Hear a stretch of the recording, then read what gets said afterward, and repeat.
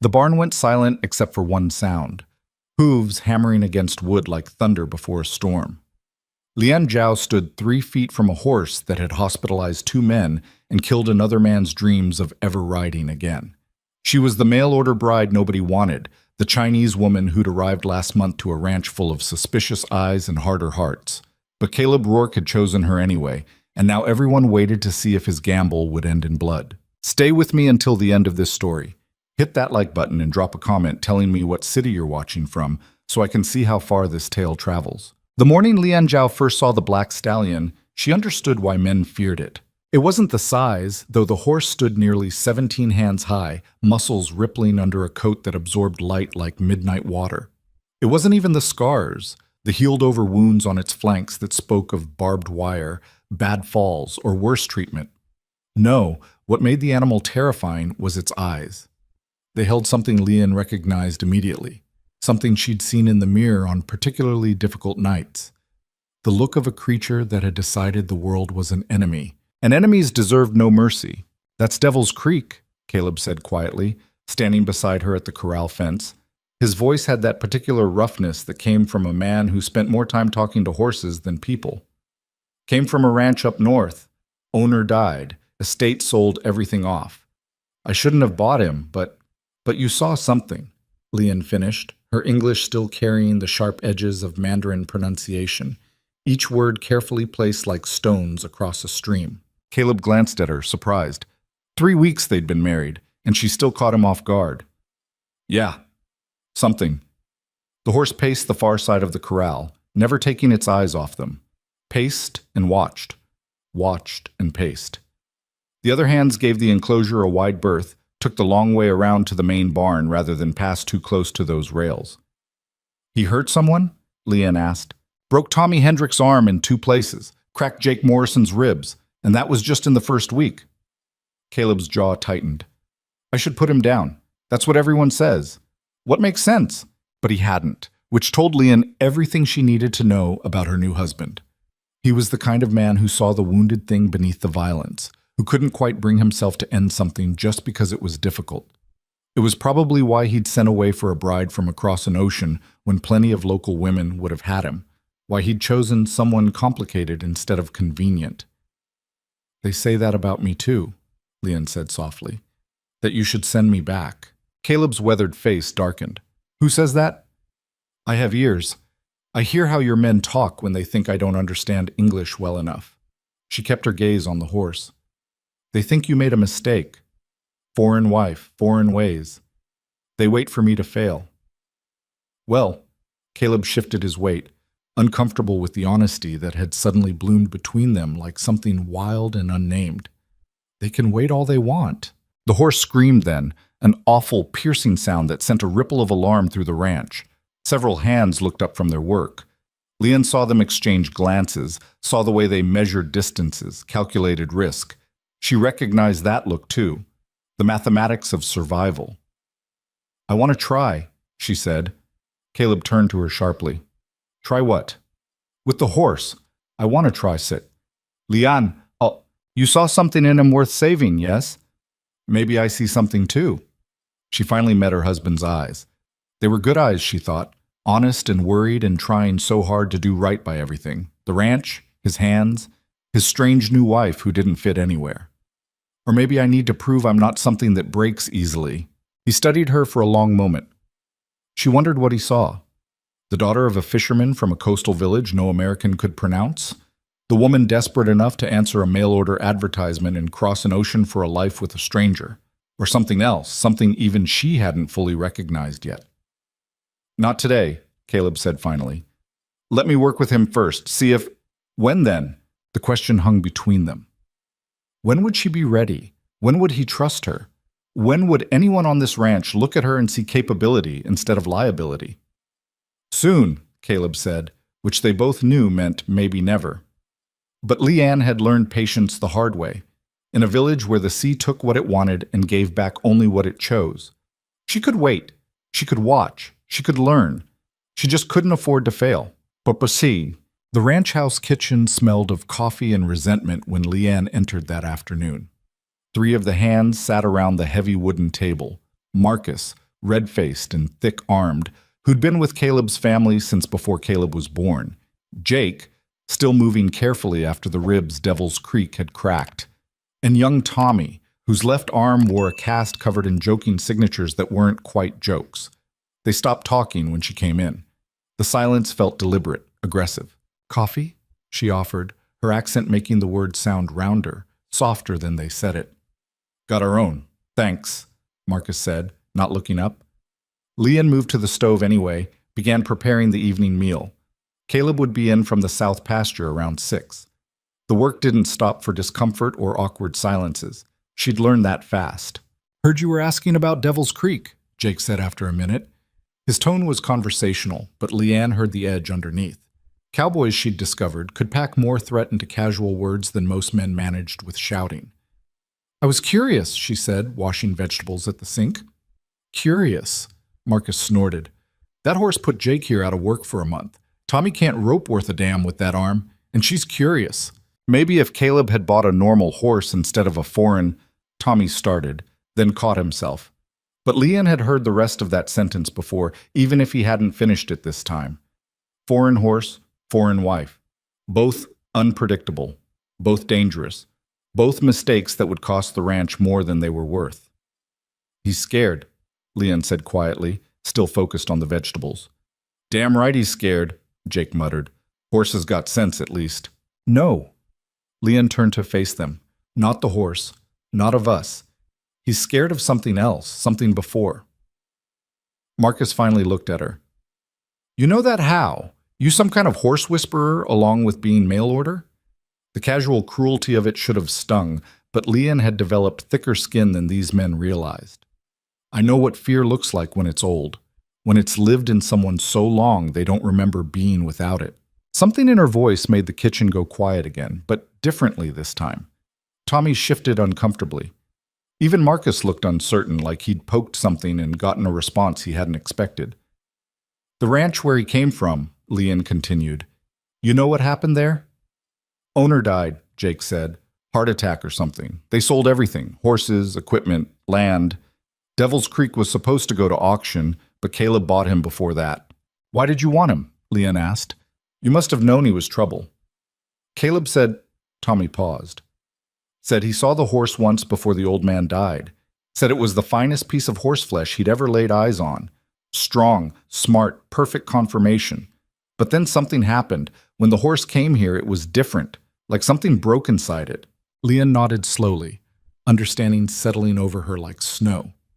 "So you didn't buy a broken horse. You bought a horse that got broken." "Makes it dangerous either way," Marcus said, but his tone had lost some of its sharp edge. "Maybe," Leanne agreed, turning back to her cooking. "Or maybe it makes it worth saving." The men left soon after, their coffee finished, their point made or not made or tangled somewhere in between. Leanne stood at the window, watching the sun paint the Montana sky in shades of copper and blood. In the distance, she could see the corral where Devil's Creek paced his eternal circuit. She understood that pacing. In her first weeks here, she'd walked the fence line of the ranch at night, unable to sleep, unable to settle, moving just to prove she could still choose her own direction. The ranch hands thought she was strange. Caleb thought she was adjusting. Nobody understood she was just doing what the horse did, testing the boundaries of her new cage. The difference was, she'd chosen this cage, chosen Caleb's sight unseen from a newspaper advertisement that promised hard-working rancher seeks companionship and partnership. Had chosen Montana over her fishing village, chosen possibility over certainty, chosen risk over the slow drowning of a life mapped out since birth. But Devil's Creek hadn't chosen anything. Something had happened to him, something that turned trust into terror, and now he lived in a prison made of his own fear. Leanne knew that prison too, knew it from the inside, which was exactly why she had to try. Eat. Caleb came in dusty and tired, smelling of leather and sun. He washed up at the pump outside before entering, a habit his mother had beaten into him young. Leanne set his dinner down as he sat, beef stew, heavy on the potatoes the way he liked, bread still warm from the oven. "Smells good," he said, and meant it. Whatever else was complicated between them, the cooking wasn't. Leanne had learned his tastes quickly, adapted her Chinese techniques to American ingredients, created something neither traditional nor foreign, but simply theirs. They ate in comfortable silence for a while. Leon had learned that Caleb didn't mind quiet, didn't feel the need to fill every space with words. It was one of the things she liked about him, the way he could sit with thoughts unspoken, trust that communication happened in more ways than talking. "Marcus said you were asking about Devil's Creek," he finally said. "I was." "Why?" Leon considered the question, the food, her husband's tired eyes. "In my village," she began slowly, "there was a dog. Wild thing, lived on the edges, stole fish from nets, bit anyone who came close. Everyone said kill it. Dangerous, rabid maybe. But my father—" She paused, surprised by the sudden thickness in her throat. "My father watched it, watched how it favored one leg, how it flinched from raised hands. He said, 'That's not a mean dog, that's a hurt dog.'" "What happened?" Caleb asked quietly. "Father left food out, far from our house, where the dog felt safe. Not every day. He said that would make it dependent. But sometimes. And he never approached, never tried to touch. Just left the food and walked away. Let the dog choose." "Did it work?" "Took 2 years. But eventually that dog would sit outside our house some mornings. Never came inside, never let anyone pet it. But it stopped biting, stopped stealing. It chose to be near us instead of against us."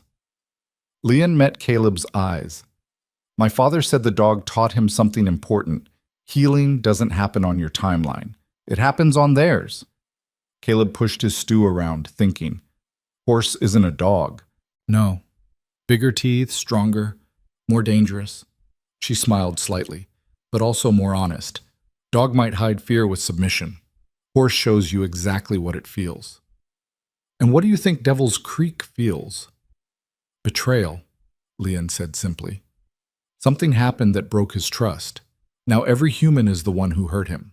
Every hand reaching out is the one that caused pain. He can't tell the difference between then and now, between there and here." Caleb set down his spoon. "You got all that from watching him pace."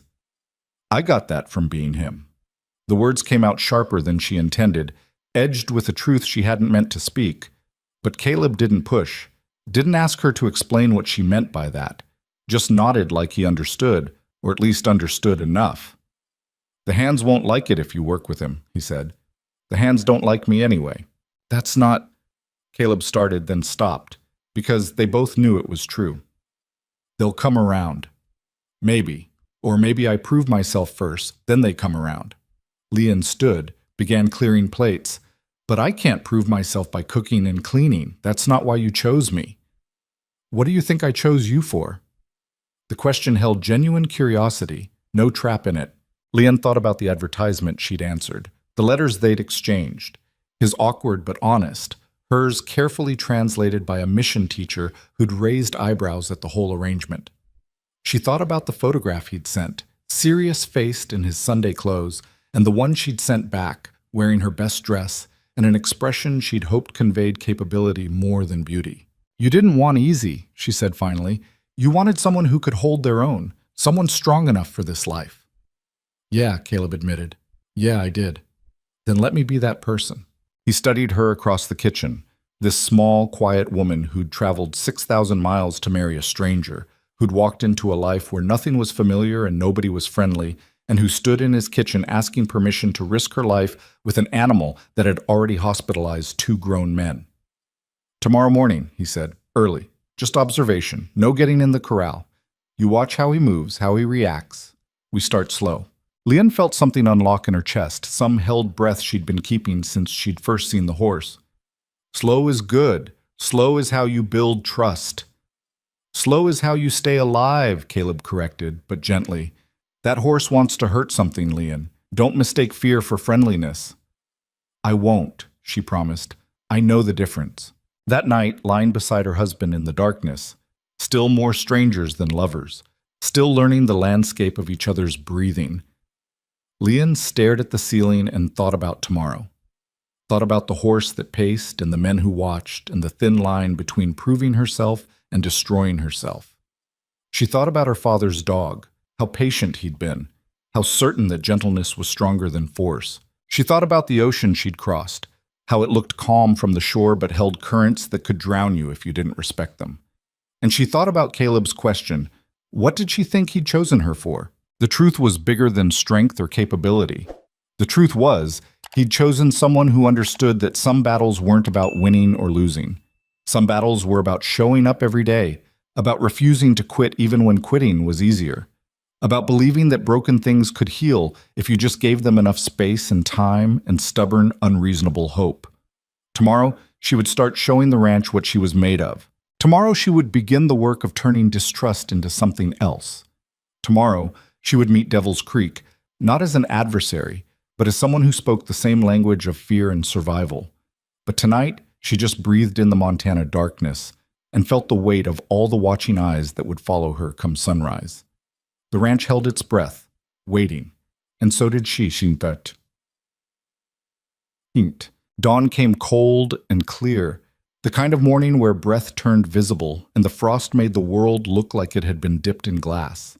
Leanne dressed in layers, her thickest trousers, a flannel shirt that had belonged to Caleb's mother, boots that still felt too large but were the smallest the ranch had. She braided her hair tight and practical, the way she'd done since childhood for the hard work of hauling nets. Caleb was already in the barn when she arrived, mucking out stalls with the methodical rhythm of a man who'd done this 10,000 times. He looked up when her shadow fell across the doorway. "You're early," he said. "So are you. This is my usual time." "Then I guess it's mine too now." Something that might have been a smile crossed his face, quick and uncertain, like he was still figuring out if warmth was allowed. "Coffee's in the tack room, still hot." She found it in a dented thermos, poured herself a cup from the extra mug he'd brought.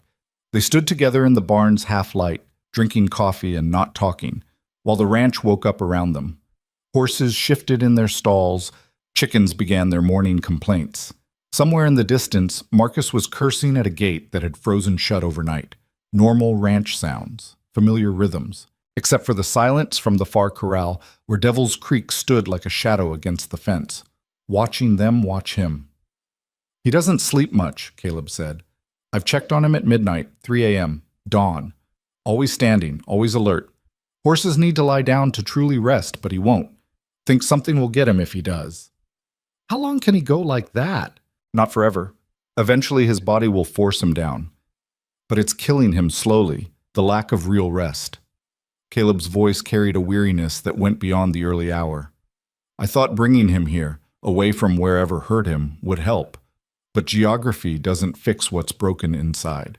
Lynn thought about her own sleepless nights those first weeks, how she'd pace the fence line rather than lie in a bed that felt foreign beside a man who was kind but unknown, how exhaustion had finally forced her to stillness, but trust had come slower than sleep.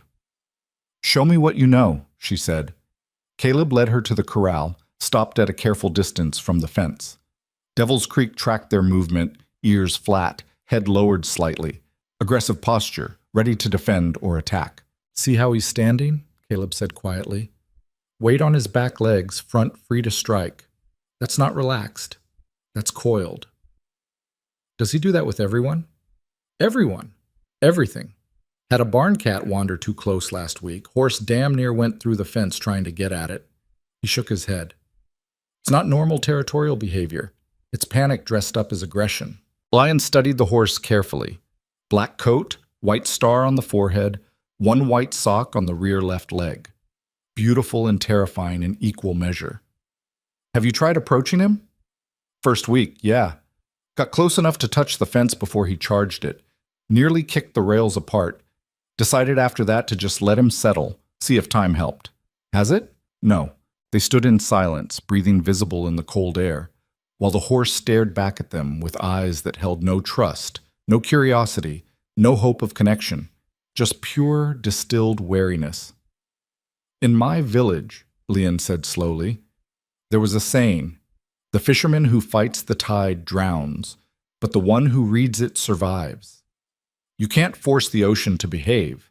You have to understand its language first. Horse isn't an ocean. No, but fear is. And that horse is drowning in it." Caleb looked at her then, really looked, past the foreign features and careful English and all the obvious differences that made her strange to everyone here. You really think you can reach him? I think I have to try, because if I don't... She paused, searching for words that would explain what she barely understood herself. If I don't prove I'm not just Caleb's foreign wife, not just the woman who cooks and cleans, not just the mistake everyone thinks you made, then what am I doing here? What was the point of crossing an ocean if I just become invisible anyway? The honesty of it sat between them, raw and uncomfortable. Caleb shifted his weight, looked back at the horse, then at her again. You're not invisible, he said quietly, and you weren't a mistake. Tell that to Marcus, to Jake, to everyone who looks at me like I'm a problem waiting to happen. Marcus is old school, set in his ways. Jake's just sore from the ribs. They'll come around once they see... See what? Leanne interrupted. What exactly will make them accept me? How many meals do I cook? How much laundry do I do? That's not respect, Caleb. That's just tolerance. And I didn't come this far for tolerance. The force of her words surprised them both. Leanne rarely raised her voice, rarely pushed back so directly. But something about the horse, about the waiting, about the constant weight of judgment, had cracked something open inside her. Caleb was quiet for a long moment. Then, what do you need from me? Permission, time, space to fail if I'm going to fail? She met his eyes steadily. And for you to trust that I know what I'm doing, even when it doesn't look like anyone else's way of doing it. He considered this, jaw working as he thought it through. 2 conditions, he finally said. 1, you don't go in that corral alone. I'm there, or Marcus, or someone who can pull you out if it goes wrong. 2, first sign of real danger, you stop. No heroics, no proving points. You stop. Agreed. And Leanne? He waited until she looked at him. This horse has hurt people, good people, strong people, people who knew what they were doing. Whatever you're seeing in him, whatever you think you understand, don't let that make you stupid. Empathy doesn't stop hooves from breaking bones. I know, she said softly. I know what I'm risking. Do you? The question held weight, because I'm starting to think this isn't just about the horse for you. He was right, of course. It was about proving herself, about claiming space in a world that hadn't made room for her, about showing everyone, Caleb included, that she was more than the desperate foreign bride who'd answered an advertisement out of necessity. But it was also simpler than that. It was about looking at a scared, violent, broken thing and seeing herself reflected back. About believing that if the horse could heal, maybe she could too. Maybe they both could. I'll be careful, she promised. That's not what I asked. I know. Leanne turned back to the corral, to the horse that paced and watched and waited for the world to hurt him again. But it's the best answer I have right now. Ma. Word spread fast on a ranch. By mid-morning, when Leanne returned to the corral with Caleb, they had an audience. Marcus leaned against the barn door, arms crossed, expression unreadable. Jake sat on a fence post nearby, favoring his healing ribs. Tommy watched from a cautious distance, his casted arm a reminder of what the horse could do. Even old Pete, who usually kept to himself in the equipment shed, had wandered over to see the show. Because that's what they expected, Leon realized. A show. Entertainment. The foreign bride making a fool of herself, proving exactly what they'd suspected all along. Quite the crowd, she said quietly to Caleb. They're curious. They're hoping I fail. Some of them, maybe. He adjusted his hat, uncomfortable with the truth of it. But some are just protective. They've seen what that horse can do. They don't want to see you hurt. Leanne doubted that was true for most of them, but she appreciated Caleb trying. What do I do first? Nothing, he said. You watch, you observe, you don't approach, don't make sudden movements, don't do anything that might trigger him. Just stand here and let him get used to your presence. It sounded simple, boring even. It was possibly the hardest thing Leanne had ever done, because Devil's Creek didn't ignore her. The moment she stepped up to the fence, still a safe distance back, not close enough to threaten, the horse's entire demeanor changed. His head came up sharply, his ears pinned flat against his skull, and he moved. Not away, which might have been fear, toward them, which was aggression. He charged the fence with a violence that made Leon's heart slam against her ribs. Hooves thundered, dirt exploded. The horse's scream split the morning air, raw, furious, territorial. He hit the fence rails with his chest, and the whole structure shuddered. Wood creaked. Nails groaned. For one terrible second, Leon thought the fence would give, thought the horse would come through it, and all the watching cowboys would see exactly what happened when foreign brides got ideas above their station. But the fence held, and Leon didn't move. Every instinct screamed at her to run, her muscles locked, preparing for flight. But she'd grown up on boats in rough seas, had learned young that panic kills faster than danger. So she stood her ground, hands loose at her sides, breathing steady despite the adrenaline screaming through her veins. The horse pulled up short on the other side of the fence, so close she could see the whites of his eyes, could smell the sharp scent of his sweat and rage. He stamped, snorted, tossed his head in a threat display that would have sent most people scrambling. Leon just watched him. Jesus Christ, someone muttered behind her. Marcus, probably. Get back, Caleb said urgently, his hand on her arm.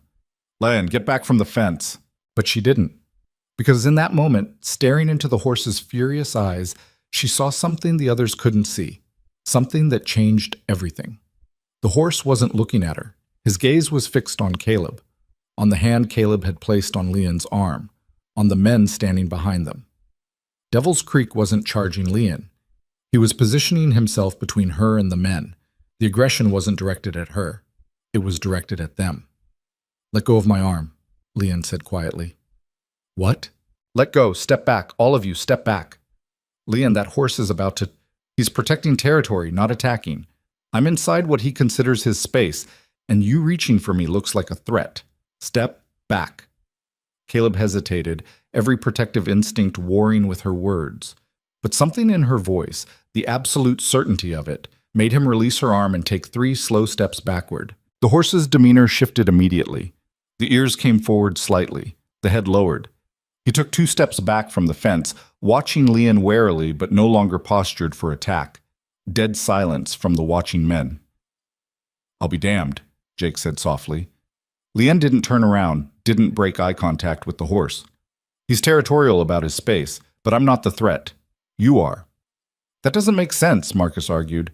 We're the ones who've been here feeding him, trying to control him, Leon interrupted, trying to force him to accept you. And every time you approach, he sees it as an invasion, but I haven't tried to control him yet. I'm just present.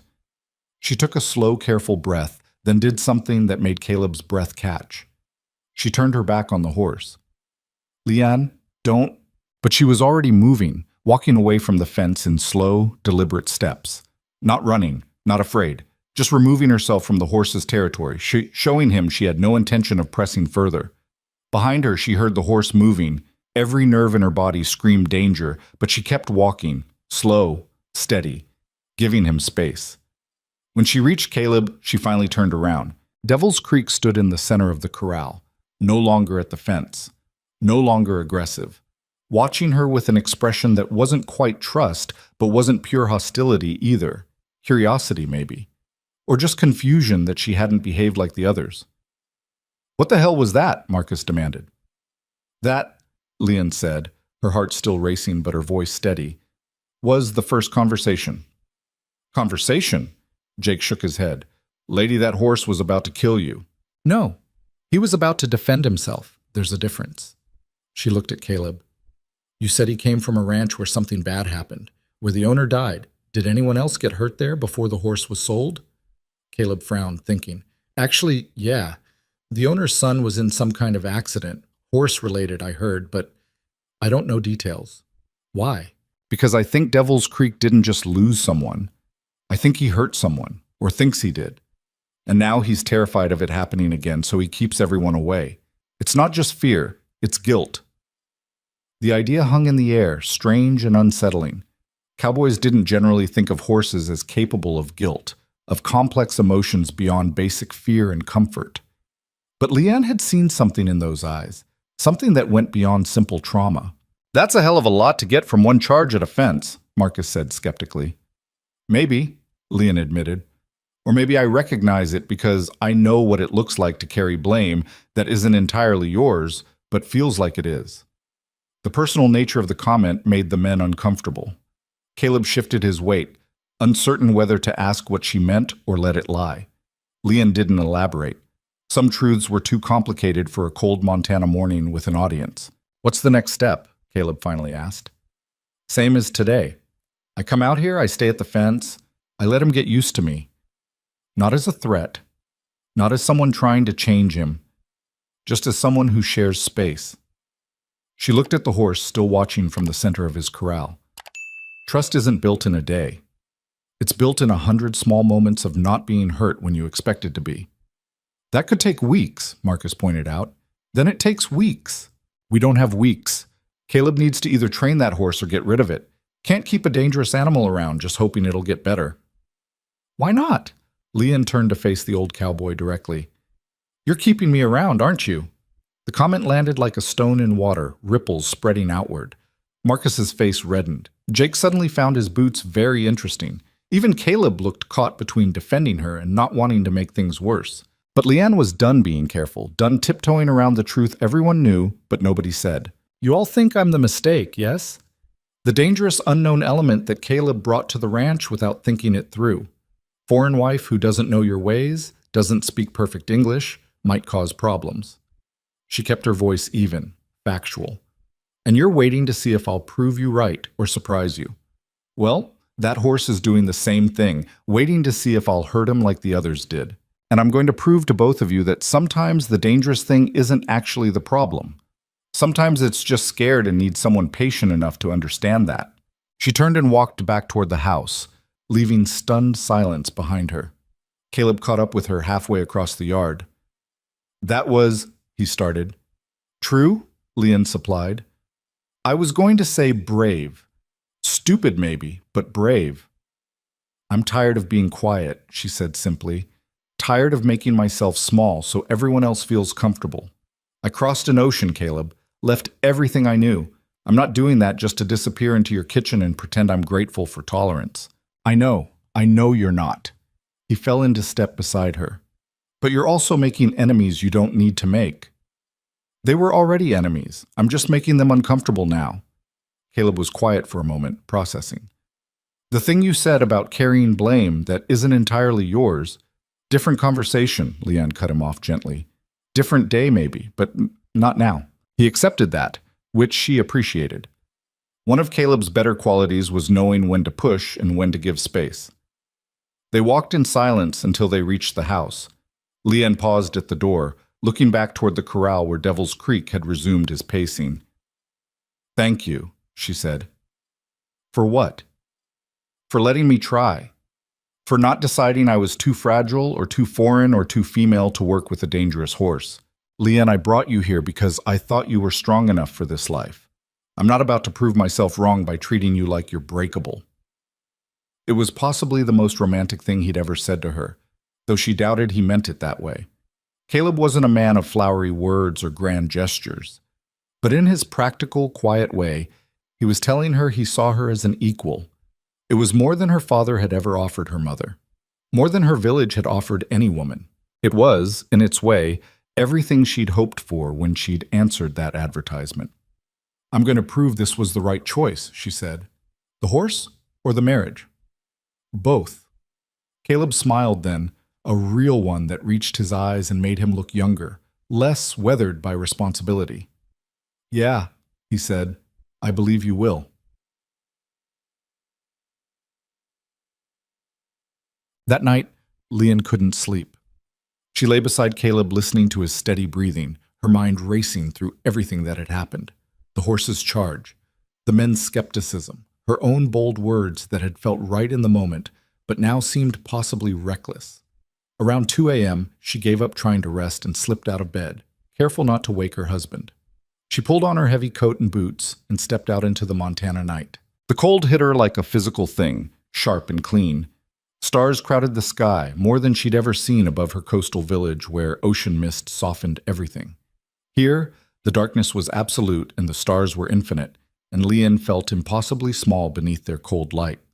She walked the fence line by instinct now, her nightly ritual of motion and thought. But tonight, instead of the usual circuit, she found her feet carrying her toward the far corral. Devil's Creek stood in the center of his pen, exactly where he'd been that afternoon. Awake, alert, watching her approach through the darkness. Leanne stopped at the fence, far enough back not to threaten. I understand, she said quietly into the night.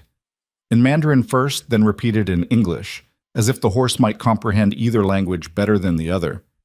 I understand being so scared that you forget how to rest, forget what it feels like to put down the guard, and just be. The horse's ears swiveled toward her voice. Everyone here thinks I'm too soft or too foreign or too female to do this work. They think Caleb made a mistake bringing me. And maybe he did. I don't know yet. But I know what it's like to be the mistake everyone's waiting to fail. To be the thing that doesn't fit. She wrapped her coat tighter against the cold. My father wanted sons, got 3 daughters instead. I was the middle one, not special, not wanted, just there. My mother said I should be grateful any man would have me, that crossing the ocean for a stranger was better than spending my life gutting fish in a village that had no use for me, and maybe she was right. Or maybe I'm just trading one kind of not fitting for another.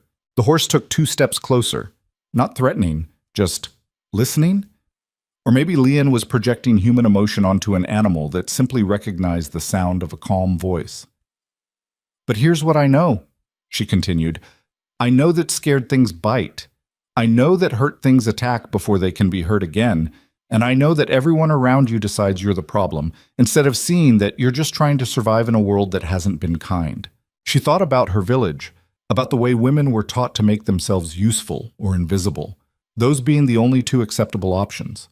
Thought about the long voyage across the Pacific, seasick and terrified, wondering if she'd made the biggest mistake of her life. Thought about arriving at the ranch to hostile stares and skeptical whispers, realizing that kindness from Caleb didn't equal acceptance from everyone else. So tomorrow, she said, I'm going to come back. And the day after that, and the day after that. Not to fix you or train you or make you something you're not. Just to show you that not every human is going to hurt you. That sometimes space is safer than force. That maybe, eventually, you can stop fighting every single moment just to survive.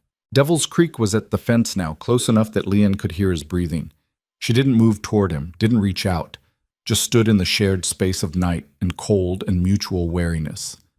We're going to figure this out, she whispered. Both of us, together. The horse watched her with eyes that caught starlight and reflected it back like dark water. And maybe it was exhaustion or hope or just desperate projection, but Leon could have sworn she saw something shift in that gaze. Not trust, not yet, but the possibility of it, small and fragile as first light. She stood there until the cold drove her back inside, until her fingers went numb and her breath came in clouds. Stood there like a prayer, like a promise, like a woman refusing to break under the weight of everyone's expectations. And when she finally turned to leave, the horse didn't charge the fence. He just watched her go, and that felt like victory enough for one night. Tomorrow would bring more challenges, more skeptical eyes and harder tests. But tonight, in the darkness between storms, Leon Zhao and Devil's Creek had reached an understanding. They were both dangerous things that nobody wanted, and they were both worth saving anyway. The morning after her midnight vigil, Leon woke to find Caleb already gone from bed. She dressed quickly, her muscles stiff from standing in the cold for too long, and made her way to the kitchen. Coffee sat warming on the stove with a note beside it in Caleb's careful handwriting. North pasture, back by noon. She poured herself a cup and stood at the window, watching the ranch come alive. Marcus was already working near the equipment barn, his movements efficient and unhurried. Jake limped past carrying feed buckets, still favoring those healing ribs. The world turned according to its rhythms, indifferent to her plans or fears.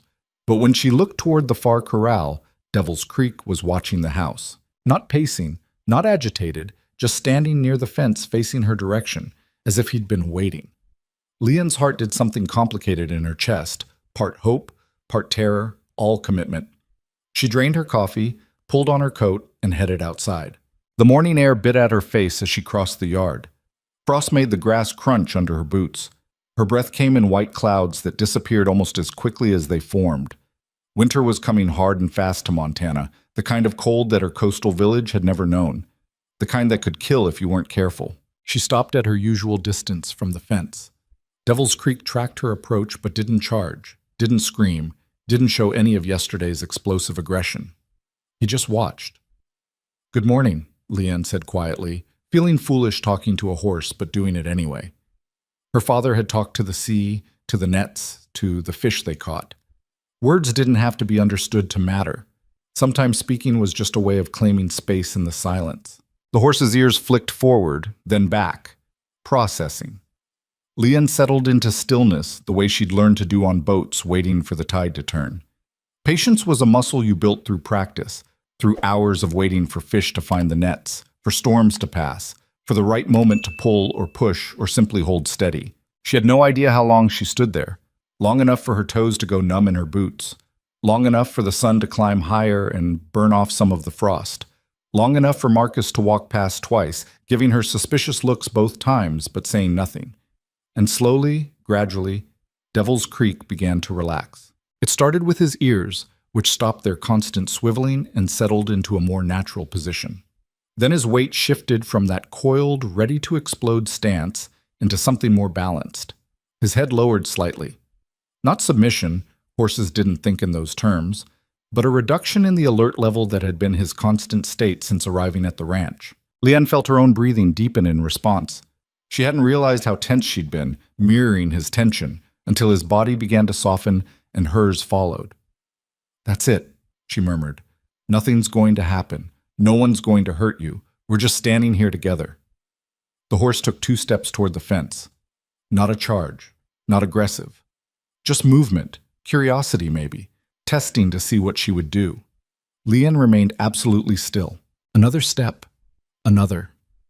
Devil's Creek was close enough now that she could see the individual whiskers on his muzzle, the way his nostrils flared with each breath, the intelligence in those dark eyes that had been masked by fear and fury. He was beautiful. Terrifying, yes, but beautiful in the way dangerous things often were. Powerful and unpredictable and completely, utterly itself. "I'm not going to reach for you," Leanne said softly. "Not today. Maybe not tomorrow. You decide when that happens. Not me. I'm just here." The horse stood at the fence, close enough that Leanne could have touched him if she'd wanted to betray the trust of this moment. But she kept her hands loose at her sides, her breathing steady, her body language as non-threatening as she could make it. They stayed like that for several minutes, woman and horse, separated by 3 rails of wood but connected by something neither could name. Not friendship, not yet, but recognition maybe. The acknowledgement that they were both trying to survive in a world that hadn't made space for them. Finally, Devil's Creek snorted, tossed his head once, and turned away. He walked back to the center of his corral, not running, not fleeing, just creating distance on his own terms. Lynn released a breath she hadn't known she was holding. "Well, I'll be damned." She turned to find Jake standing several yards behind her, his expression caught between surprise and something that might have been respect. "How long have you been there?" Leanne asked. "Long enough to see that." He gestured toward the horse. "Marcus said you were wasting your time, said that horse was too far gone for anything but a bullet. And what do you say?" Jake shifted his weight, wincing slightly as his ribs reminded him they weren't fully healed. "I say I've never seen that animal stand still for anyone, not even Caleb, and I definitely never saw him approach someone voluntarily." "He didn't approach. He investigated. There's a difference." "If you say so." Jake studied her with a directness that made Leanne uncomfortable. "You know what you're doing with horses?" "No," Leanne admitted. "I know what I'm doing with fear, the horse part I'm learning." Something in her honesty seemed to satisfy Jake. He nodded slowly. "Fair enough. Just be careful. That thing's hurt 2 of us already. Don't want to make it 3. Because you care about my safety? Or because you don't want to be proven right about me being a mistake?" The question hung between them, sharp and challenging. Jake had the grace to look uncomfortable. "Both, maybe," he finally said. "Look, I'm not saying I think Caleb was wrong to bring you here. I'm just saying this ranch has rhythms, ways of doing things, and you're disrupting that. Makes people nervous. Change usually does." "Yeah, well." Jake turned to leave, then paused. "For what it's worth, what you just did there, that took guts. Stupid guts, maybe, but guts nonetheless." He walked away before Leanne could decide if that was a compliment or an insult. Probably both, knowing cowboys. They seemed to wrap their respect in layers of skepticism and rough language, as if admitting someone had impressed them was some kind of weakness. Leanne looked back at Devil's Creek. The horse had returned to his pacing, but it seemed less frantic now, less desperate. Or maybe she was just projecting hope onto behavior that hadn't actually changed. Either way, it was progress. Small, fragile, easily broken progress, but progress nonetheless. She headed back to the house to start the day's chores, her mind already planning tomorrow's approach. The kitchen was chaos when she entered. Someone had tracked mud across the floor she'd scrubbed yesterday. Dishes from breakfast sat unwashed in the sink. The hands had eaten while she was with the horse, apparently deciding that cleaning up after themselves was still her job, not theirs. Leanne stared at the mess for a long moment, feeling something dangerous build in her chest. She'd crossed an ocean, faced down a violent horse, stood her ground against men who wanted her to fail, and now she was supposed to smile and clean up their mud and dishes like a good little wife? No. She left the kitchen exactly as it was and went to find Caleb. He was in the south barn, mending tack, with the focused attention he brought to everything. His hands moved with practiced efficiency, needle and thread repairing a bridle that had seen better days. He looked up when she entered, smiled in that quiet way of his. How'd it go with the horse? Good. He came to the fence. Didn't charge, didn't threaten, just looked. Leanne paused. Jake saw it. Seemed surprised. Jake's not the only one. Caleb set down the bridle. I figured it would take weeks before that horse even acknowledged your presence. It might still take weeks before he trusts me. Coming to the fence isn't trust. It's just curiosity. It's more than he's given anyone else. Caleb studied her face. Something wrong? You look angry. The kitchen's a mess, mud everywhere, dishes left out. Your men ate and walked away like I'm the maid. Caleb's jaw tightened. I'll talk to them. No. Leanne's voice was firm. I will. I need to establish something here, Caleb. Either I'm part of this ranch, a real part, not just the cook and cleaner, or I'm not. And if I'm a real part, then I get to set boundaries. He looked like he wanted to argue, to step in and smooth things over the way men often did when they thought they were protecting their wives. But something in Leanne's expression stopped him. What are you going to do? He asked carefully. Have a conversation, establish expectations, make it clear that I'm not here to serve them. She softened slightly. I'll cook and clean, Caleb. That's part of running a household, and I don't mind that work. But I won't be taken for granted.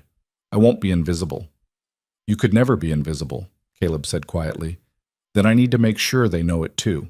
She found the hands gathered in the bunkhouse during their midday break, playing cards and drinking coffee that wasn't hers. Marcus, Jake, Tommy, and Pete all looked up when she entered. The room went quiet in that particular way it did when men weren't sure if they were in trouble. We need to talk, Leanne said. Marcus set down his cards. About? About respect? About expectations? About how this is going to work? How what's going to work? Tommy asked, genuinely confused. Me. You. All of us living and working on the same ranch. Leanne didn't sit down, didn't make herself smaller or less threatening. She stood in the doorway and held her ground. I will cook meals, I will keep the house clean, but I am not your maid. When you eat, you clean up after yourselves. When you track mud in, you wipe it up. When you use something, you put it back. That's women's work, Marcus said, but without much conviction. No, that's basic human courtesy. You managed to do it before I arrived. You'll manage to do it now that I'm here. Mrs. Rourke, Jake started. Leanne, my name is Leanne, and before you tell me that's too familiar or disrespectful or whatever excuse you're thinking, remember that you call Caleb by his first name. I expect the same courtesy. Pete, who'd been quiet until now, actually smiled. Fair enough. Furthermore, Leanne continued, I'm working with Devil's Creek. This isn't a hobby or a whim. It's part of my contribution to this ranch, which means when I'm with that horse, I'm working, same as you. I'm not neglecting duties or avoiding chores. I'm doing ranch work. That horse is dangerous, Marcus began. So are you probably, if pushed hard enough. Everything on a ranch is dangerous. Cattle have horns. Equipment can crush you. Weather can kill you. But you don't avoid those things. You learn to work with them safely. Leanne's voice stayed level, factual. I'm learning to work with the horse safely, and I'm asking you to respect that this is real work, not a woman's silly project. The room was silent for a long moment. The men exchanged glances, communicating in that wordless way they had. Finally, Marcus stood. You want respect, you earn it. he said. That's how it works here. Man or woman, no difference. Agreed, and I am earning it. I'm just asking you to see it when I do. Lian met his eyes steadily. I'm not asking for special treatment. I'm asking for the same standards you hold each other to. No more, no less. And if we can't give you that, Marcus challenged, then you and I will have problems. And Caleb will have to choose between his wife and his hands.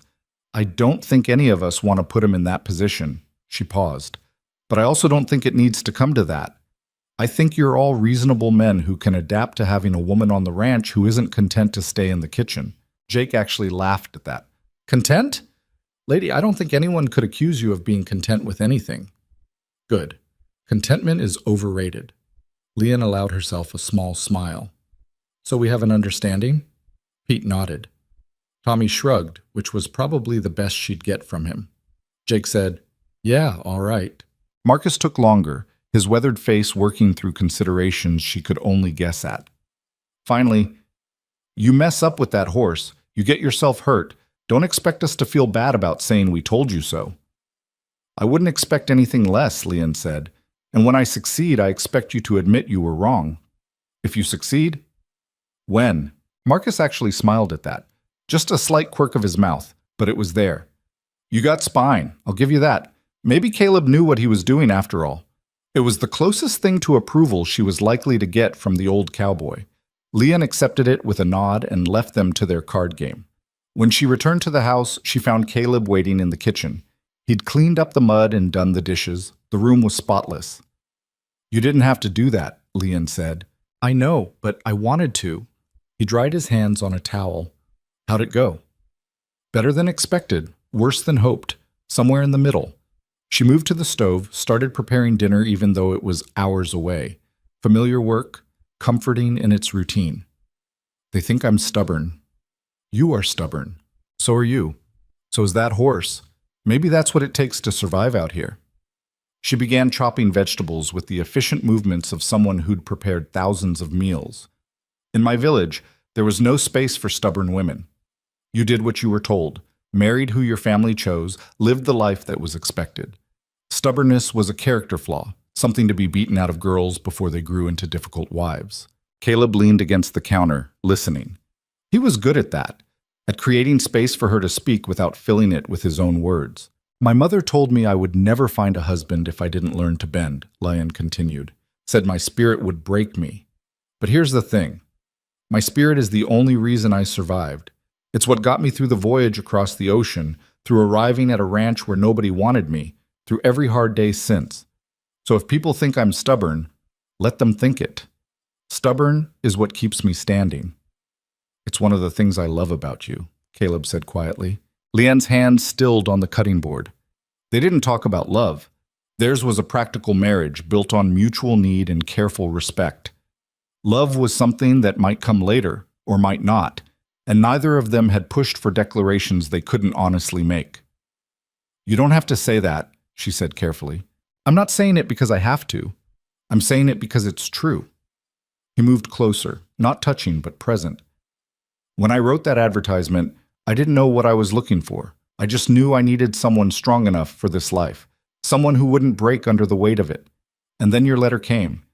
And there was something in the way you wrote, like you were challenging me to see you as an equal instead of asking permission to exist. I knew right then. You were exactly what this ranch needed. What about what you needed? Lian asked. Same thing. The ranch and I aren't separate. We're just different parts of the same life. He paused. But you're right that I didn't think through how the hands would react. I should have prepared them better, should have made it clear from the start that you were coming as a partner, not a housekeeper. They're learning, I'm learning, we'll figure it out. Lian returned to chopping, the rhythmic motion soothing. The horse is teaching me patience. The hands are teaching me to fight for space. You're teaching me that kindness and strength can exist in the same person. It's not the life I expected, but maybe it's better than what I thought I wanted. What did you think you wanted? Safety, stability, a place where I fit. She smiled, self-aware and slightly bitter. Turns out fitting is overrated. I'd rather be necessary than comfortable. Before Caleb could respond, the sound of hooves and shouting erupted from the yard. They both rushed to the window in time to see one of the horses from the main corral running loose, fence rails splintered, Marcus and Jake scrambling to catch it before it could hurt itself or damage anything else. "Damn it," Caleb muttered, already heading for the door. "That's the third time this month that fence has failed. I need to rebuild the whole section before winter really hits." Leanne followed him outside, watched as the hands finally cornered the spooked horse and led it back to the barn. The broken fence rails lay scattered in the dirt, old wood finally giving up after too many years of Montana weather and ranch work. An idea formed in her mind, crazy and probably doomed, but compelling nonetheless. "I'll help," she said. Caleb turned to her. "Help with what?" "Rebuilding the fence. I'm good with my hands, I learn fast, and you need the work done before the real cold sets in." She looked at the damage, calculating. "It would also show the hands that I'm willing to do any kind of ranch work, not just the horse training. Fence building is hard labor, Leanne. Heavy lifting, splinters, hours in the cold. I grew up hauling fishing nets. I know hard labor." She met his eyes. "Let me help. Let me be useful in ways they can't dismiss as woman's work or foreign notions." Caleb considered this, his practical mind weighing the offer against the reality of what she was proposing. "If you can't keep up, I'm not going to slow down for you. I wouldn't want you to. And if you get hurt, then I get hurt. Same as anyone else taking risks on a ranch." Leanne's voice was firm. "I'm not asking for special treatment, Caleb. I'm asking for the chance to prove I'm as capable as I claim to be." He looked at her for a long moment.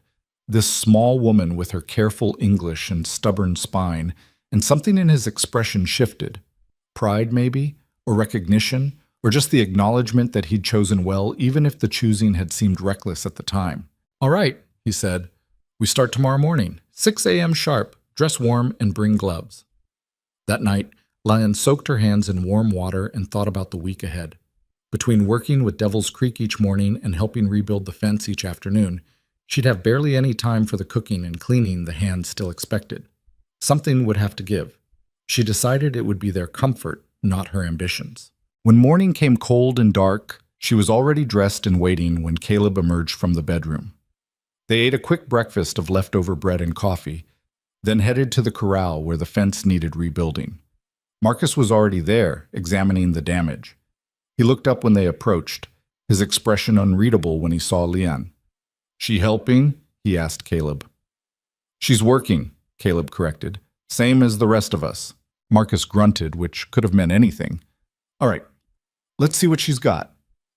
The work was exactly as hard as Caleb had warned.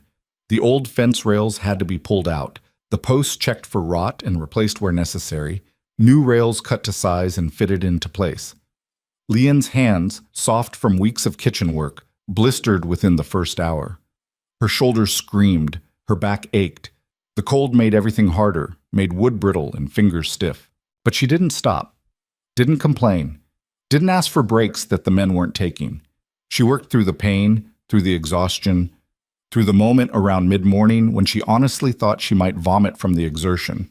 She worked because stopping meant proving them right, meant confirming that she was too weak or too foreign or too female for real ranch work, and she refused to give them that satisfaction. By noon, they'd replaced an entire section of fence. Marcus looked at the work, at Leanne's bleeding hands and determined face, and nodded. "Not bad," he said, which from him was practically a standing ovation. Jake, who'd been working alongside them despite his still healing ribs, actually clapped her on the shoulder. "You're tougher than you look." "I'd have to be," Leanne said, her voice rough with exhaustion. "Looking like I do, people expect me to break easily." "Yeah, well," Jake's weathered face creased into something almost like a smile. "Reckon we learned our lesson about assumptions." That afternoon, instead of returning to the fence work, Leanne went to Devil's Creek. Her hands were wrapped in bandages now, her entire body one continuous ache, but she'd promised herself she'd spend time with the horse every day, and she wasn't about to break that promise just because she was tired. The horse was waiting at his usual spot in the center of the corral. When Leanne approached the fence, he came forward immediately, not charging, not threatening, but with something that looked almost like anticipation. "Hello?" Leanne said softly, her voice carrying less strength than usual. "Sorry I'm late today. I was rebuilding fence with the men. My hands hurt, my back hurts, everything hurts. But I'm here. Devil's Creek moved closer to the fence than he'd ever come before. Close enough that Leon could have reached through the rails and touched him if she'd dared. But she kept her wrapped hands at her sides, kept her breathing steady despite the sudden spike of adrenaline that came from having 1,000 pounds of unpredictable animal within striking distance. The horse lowered his head, sniffing at her through the fence rails. Leon held absolutely still, barely breathing, while Devil's Creek investigated her scent. She smelled like work now, like sweat and wood and the same labor that the men carried on their skin. Maybe that made her less foreign to him, less other.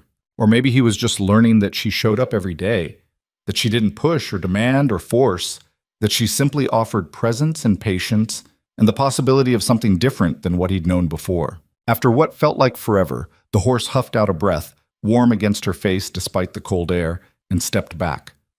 Not fleeing, just creating distance. But his ears stayed forward, his posture relaxed, his eyes holding something that wasn't quite trust but was definitely less fear than before. "Good boy," Leon whispered. "Good brave boy. You're doing so well." She stayed at the fence until the cold drove her back inside, until her wrapped hands were too stiff to flex and her legs were shaking with exhaustion. But as she walked away, she felt something shift inside her chest, a loosening of tension she'd been carrying since she first arrived at the ranch. She was proving herself, to the horse, to the hands, to Caleb. But more importantly, she was proving something to herself, that she was strong enough for this life, capable enough for this challenge, stubborn enough to see it through even when everything hurt and everyone doubted. The kitchen was cold when she entered. She'd been too busy with fence work and horse training to keep the stove going, to prepare the elaborate meals the hands had come to expect. For dinner that night, she served simple stew from yesterday's leftovers, bread that was a day old, coffee that was strong but unadorned. The hands ate without complaint. Marcus even came back for seconds. And when Leon finally collapsed into bed that night, every muscle screaming, hands throbbing despite the bandages, she felt something she hadn't felt in a long time. She felt like she belonged. Not because anyone had welcomed her, not because the ranch had made space for her, but because she'd carved out that space herself. Through work and stubbornness and refusing to break when breaking would have been easier. Beside her, Caleb shifted in his sleep, his arm coming to rest across her shoulders in a gesture that was becoming familiar. Protective, yes, but also trusting, like he was beginning to believe that she could hold up her end of this partnership they'd built. Outside, a cold wind rattled the windows and promised snow before morning. The ranch settled into its nighttime rhythms, horses sleeping, cattle huddled together for warmth, the land itself breathing in that particular way wild places did when humans finally stopped moving through them. And in the far corral, Devil's Creek finally lay down to rest. Lynn woke to Caleb shaking her shoulder, his voice urgent in the pre-dawn darkness. "Something's wrong with the cattle in the north pasture. I need to go check it out." She sat up, blinking away sleep, her body immediately protesting the movement. Every muscle from yesterday's fence work screamed, "I'll come with you." "No need, stay warm. I'll be back in a few hours." He was already pulling on his heavy coat, his movements quick and efficient. "Marcus and Jake are coming. We'll handle it." Before she could argue, he was gone, his boots heavy on the stairs, the front door closing with a finality that left the house feeling empty.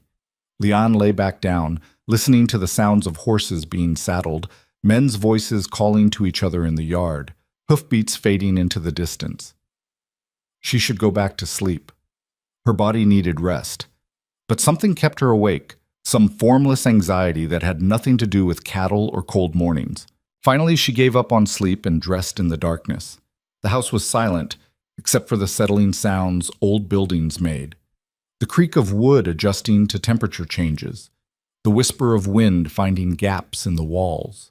She made coffee by feel more than sight, stood at the kitchen window watching the sky slowly lighten from black to deep blue to the pale gray that preceded sunrise.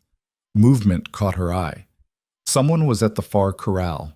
Leanne's first thought was that one of the hands had stayed behind, was checking on Devil's Creek. But as the light grew stronger, she realized it wasn't any of the regular ranch workers. It was someone smaller, younger, moving with a casual confidence that spoke of familiarity with horses. Tommy. with his casted arm and his barely concealed resentment of both the horse that had broken it and the foreign woman who thought she could fix what he couldn't. Lynn set down her coffee and headed outside. The cold hit her like a slap. Frost coated everything, turning the ranch into something crystalline and dangerous. Her breath came in white clouds as she crossed the yard, her boots crunching on frozen ground. Tommy was at the fence now, holding something in his good hand. A rope. Not a lead rope for gentle handling, but something heavier, rougher. The kind you used for cattle, for force. "What are you doing?" Leanne called out. Tommy spun around, guilt flashing across his young face before hardening into defiance. "Nothing, just checking on the horse." "With a rope?" "Thought I'd try working with him, since you're so sure it can be done." His voice carried a challenge, an edge that made Leon's stomach tighten. "Not like that. Not with that equipment." "Why? Because you say so?" Tommy took a step toward the corral gate. "You've been here, what, a month? And suddenly you're the expert on this horse? I grew up on this ranch. I've worked with horses my whole life. But I break one arm and everyone acts like I'm useless." "Tommy, don't." Leanne moved closer, careful to keep her voice calm. "This isn't about proving yourself. That horse isn't ready for what? For someone who actually knows what they're doing instead of just standing around talking to it like it's a person." He fumbled with the gate latch, his casted arm making the simple task difficult. "I can fix this horse in one session. Show Caleb that buying him wasn't a mistake. Show all of you that just because I got hurt doesn't mean I'm incompetent." Inside the corral, Devil's Creek had gone rigid. His head was up, ears flat, every line of his body screaming alarm. He recognized the rope, recognized the intent, recognized the threat. "Tommy, please." Leanne kept her distance but put as much authority as she could into her voice. "You go in there with that attitude, with that equipment, you're going to get hurt again. Or worse, you're going to undo everything that horse has started to build toward trust." "Trust." Tommy laughed, bitter and young. "That animal doesn't need trust, it needs discipline. It needs someone strong enough to show it who's boss. And I'm tired of standing around watching you play therapist when what that horse needs is a firm hand and clear boundaries." He got the gate open. Devil's Creek screamed, that awful, piercing sound that spoke of pure terror masquerading as rage. He backed away, hooves striking the frozen ground, muscles coiling for violence. "Tommy, don't!" Leanne shouted. But Tommy was already inside the corral, rope in hand, moving toward the horse with the kind of confidence that came from ignorance or desperation or both. "Easy," he said, his voice too loud, too aggressive. "Easy now. I'm not going to hurt you." The horse didn't believe him. Why would he? Everything in Tommy's approach screamed danger, the rope, the posture, the energy that promised force would follow if cooperation didn't come immediately. Devil's Creek charged. It wasn't like the charges Leanne had witnessed before where the horse was testing boundaries or warning someone away. This was pure attack, survival instinct kicking in when cornered by a perceived threat. Tommy tried to dodge, but his broken arm threw off his balance. He went down hard, the rope flying from his hand. The horse reared above him, hooves poised to strike, and in that split second, Leanne saw exactly how this would end. Tommy crushed, the horse destroyed for the attack. All the fragile progress she'd built demolished in one moment of masculine pride and stupidity. She didn't think. She just moved. Leanne vaulted the fence with more speed than grace, landed hard in the corral, and put herself between Tommy and the horse. Her hands came up, not in defense, not in threat, just presence, just the silent claim of space. "No," she said. Not shouted, not screamed, just said, firm and clear and absolutely certain. "No." Devil's Creek's hooves came down 6 inches from her head. She felt the displacement of air, felt the power that could have killed her if the horse had chosen to follow through. But something in her voice, in her stillness, in her complete lack of fear smell made the animal hesitate. His eyes found hers, wild and terrified and so close to breaking completely. "It's okay," Leanne said softly, her heart slamming against her ribs, but her voice steady. "It's okay. He's leaving. He's not going to hurt you. I promise." Behind her she heard Tommy scrambling backward, heard him hit the fence and curse, heard him finally getting smart and getting out. But Leanne didn't move. Couldn't move. Because the horse was right there, close enough to bite or strike or destroy. And the only thing keeping him from it was the thin thread of connection they'd been building over weeks of patient presence. "I know you're scared," she continued, her voice low and rhythmic like a song. "I know you wanted to protect yourself. That's okay. That's allowed. But I need you to trust me now, just for a moment, just long enough for both of us to breathe." The horse's sides were heaving. Sweat darkened his coat despite the cold. His ears swiveled, listening, trying to reconcile the threat he'd perceived with the calm voice speaking to him now. Slowly, carefully, Leanne lowered her hands. Not to reach for him. That would be too much, too fast. Just to show she wasn't holding weapons, wasn't preparing to force anything. "That's it," she murmured. "Just like that. You're safe. I'm safe. We're both safe." Devil's Creek took one step back, then another. His head lowered slightly, the aggressive posture easing into something more uncertain, more confused. Like he couldn't quite understand why she wasn't running, why she wasn't attacking, why she was just standing there talking to him like nothing had happened. "Good boy," Leanne whispered. "Such a good, brave boy. You didn't hurt anyone. You protected yourself and then you chose not to hurt me. That's everything. That's all I needed to know." Outside the corral, she could hear Tommy cursing, could hear running footsteps. Someone must have seen what happened, must be coming to help or witness, or both. But Leanne kept her focus on the horse, on this moment that could still tip either way into violence or something else. Devil's Creek shook his head, snorted, then turned and walked to the far side of the corral. Not fleeing exactly, but creating distance, processing what had just happened in whatever way horses processed near disasters.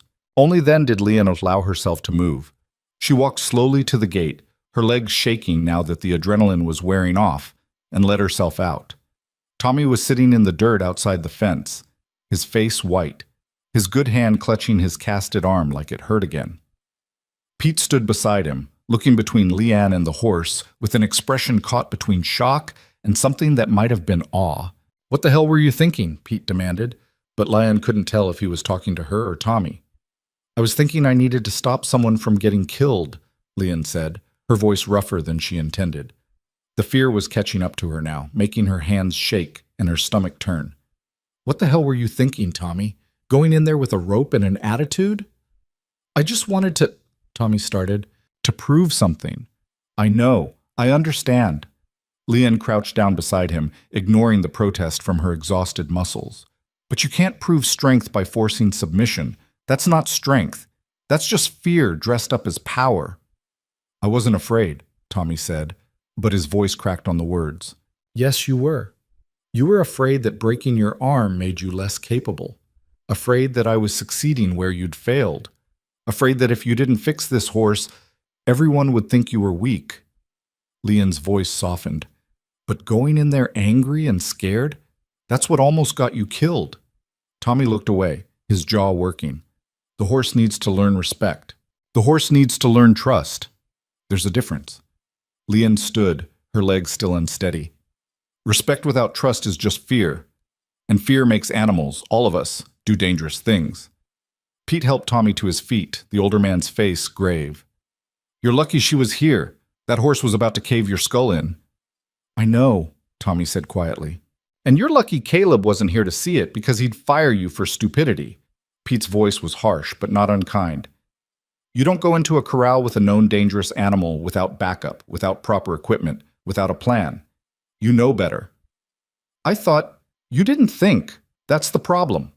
Pete turned to Leanne. "And you. What you just did was either the bravest or stupidest thing I've seen in 40 years of ranch work. Maybe both." "Probably both," Leanne admitted. Her heart was still racing, her mind replaying that moment when the horse's hooves had been poised above her head, when one wrong choice would have ended everything. "How'd you know he wouldn't strike you?" Pete asked. "I didn't. Not for certain." Leanne looked back at the corral where Devil's Creek stood watching them, still alert but no longer aggressive. "But I knew that horse doesn't want to hurt people. He wants to protect himself. And I was betting that if I showed him I wasn't a threat, he'd choose not to hurt me." "That's a hell of a bet." "Yeah, well, sometimes you don't get to choose safe options. Sometimes you just choose the least terrible option and hope." She turned to Tommy. "Are you hurt? Besides the arm?" "Bruised maybe, scared definitely." He met her eyes for the first time since the incident. Thank you. For stopping him, for stepping in. Thank you for getting out when I told you to, Leon said. Took guts to back down when every instinct probably told you to fight. Something passed between them then. An understanding, maybe. Or just the acknowledgement that they'd both survived something that could have ended badly.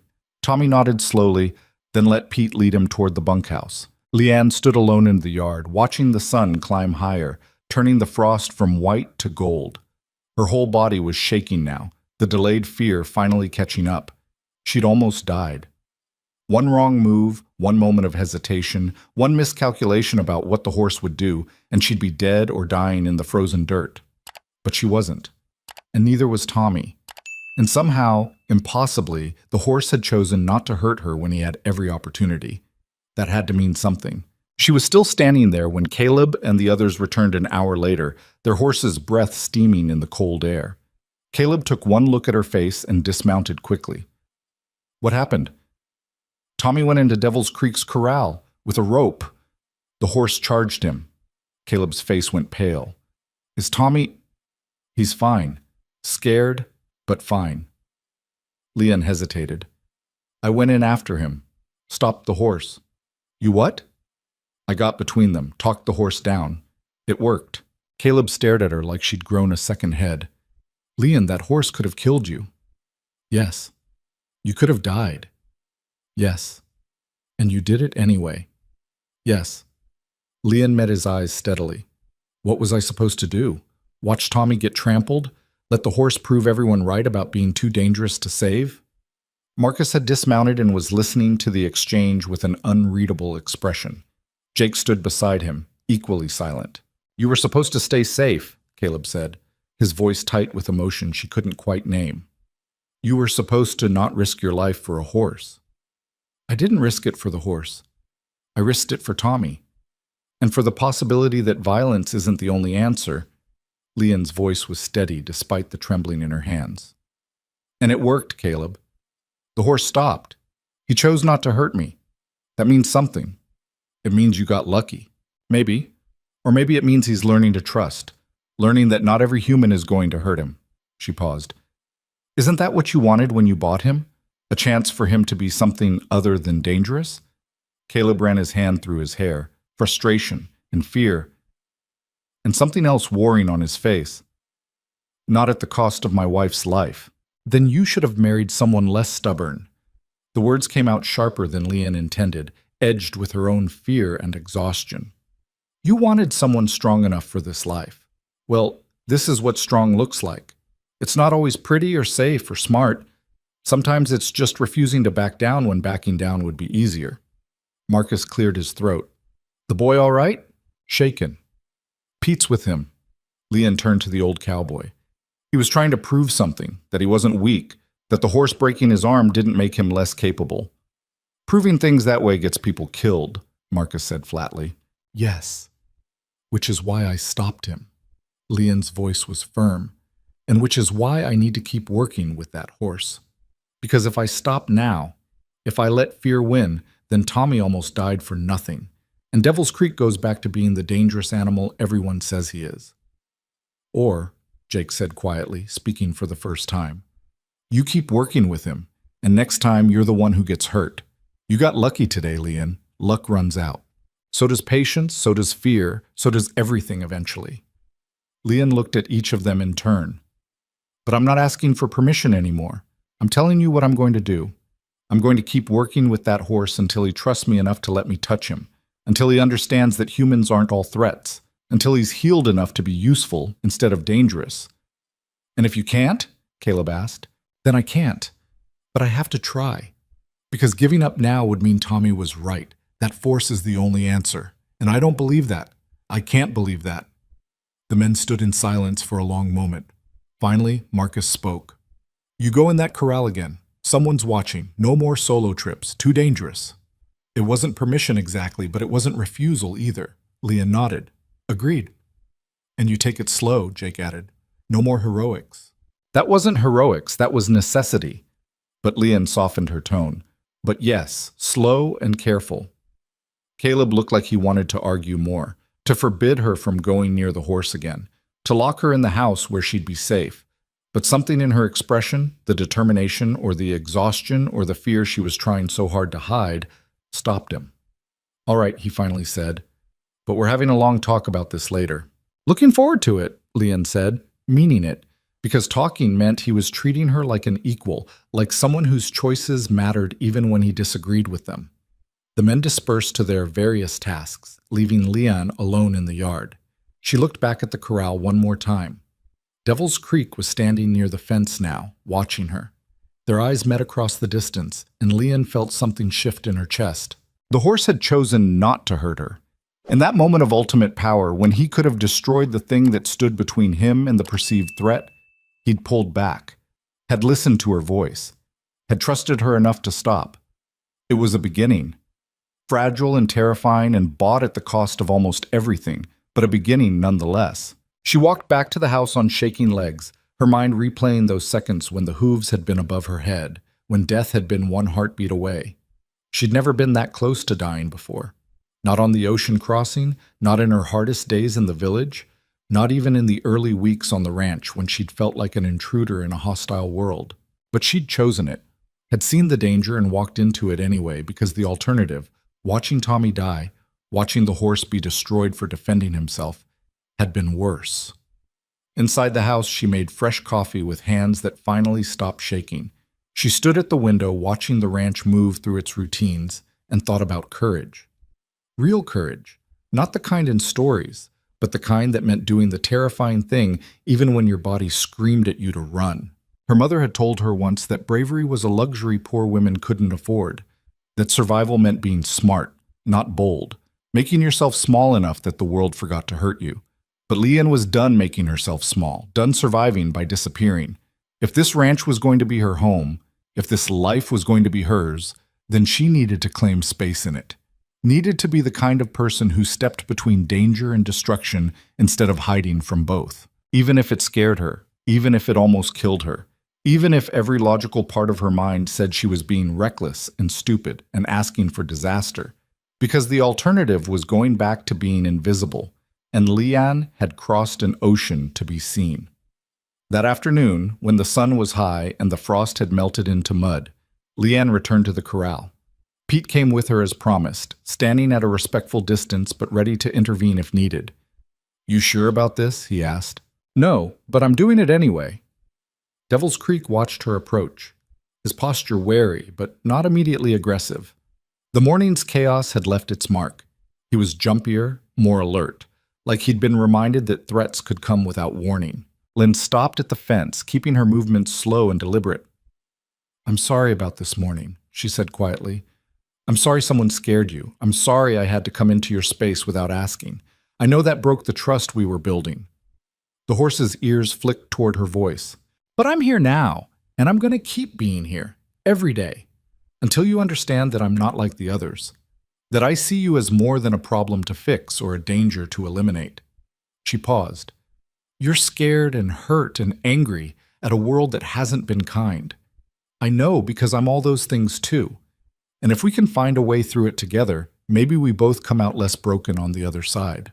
Devil's Creek took 3 steps toward the fence, closer than he'd ever come voluntarily, close enough that Leanne could see the white ring around his eye, the way his nostrils flared with each breath, the scar on his shoulder that spoke of old pain. "That's it," she murmured. "You decide how close.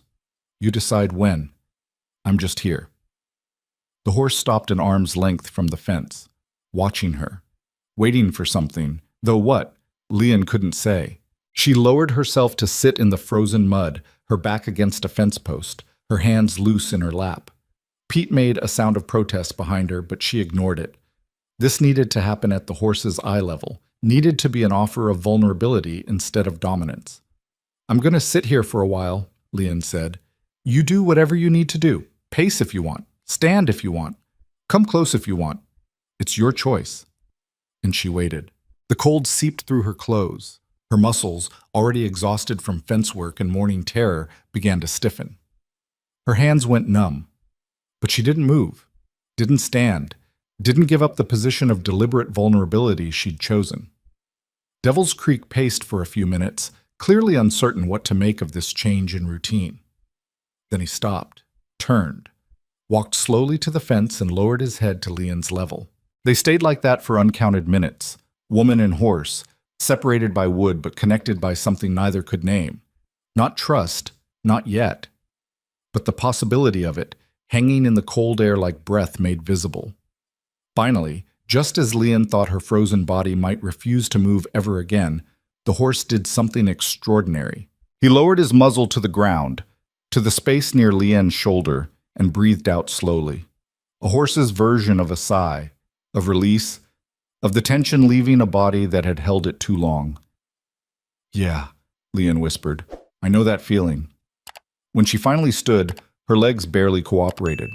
Pete had to help her to her feet, had to support her weight until circulation returned and muscles remembered how to work. "That was the craziest thing I've ever seen," he said, shaking his head.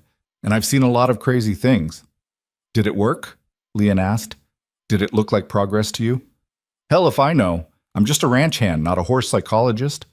But Pete's weathered face held something like respect. "But I'll say this. That animal didn't try to kill you. After the morning you both had, that's something." It was something. Leon held on to that thought as she limped back to the house, as she forced her frozen hands to work well enough to start dinner, as she moved through the evening's routines with a body that wanted nothing more than to collapse. When Caleb came in for dinner, he found her at the stove, stirring stew that was probably the simplest meal she'd ever served. He washed up without comment, sat at the table, waited. "We need to talk," he finally said. "I know. What you did this morning saved Tommy's life. Maybe saved the horse's too." Leanne kept stirring, kept her eyes on the pot.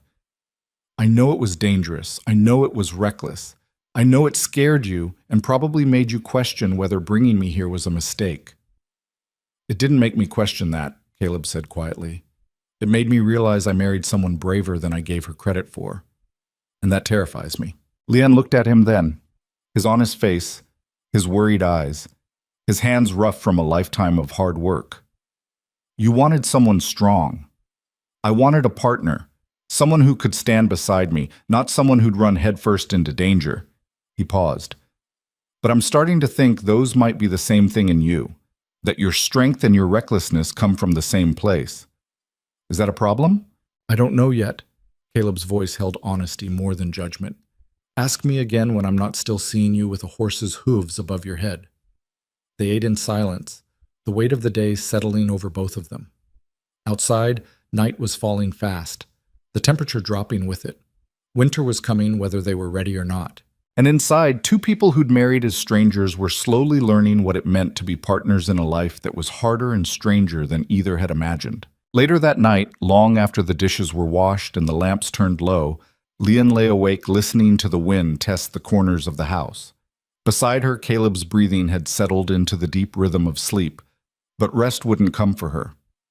Every time she closed her eyes, she saw the horse's hooves suspended above her head, felt that split second of absolute certainty that she was about to die. She slipped out of bed carefully and padded to the window.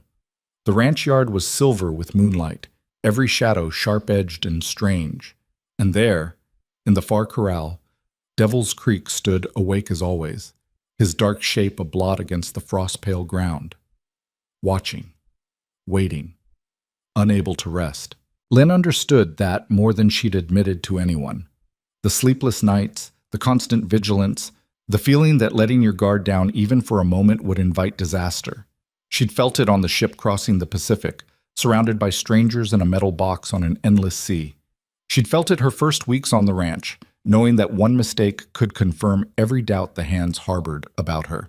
And she felt it now, after nearly dying, after proving she could be reckless and brave in equal measure. The difference was, she was learning to live with it. Learning that fear didn't have to mean paralysis. That courage wasn't the absence of terror, but the choice to act despite it. The horse was learning too, slower, more painfully, but learning nonetheless.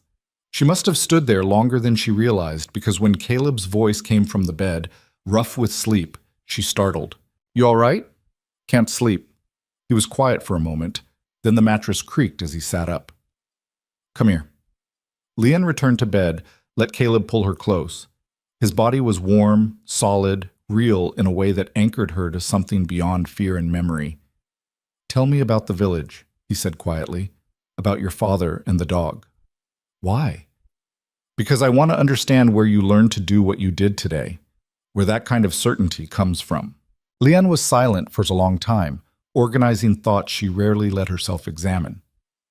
My father wasn't a brave man by most measures.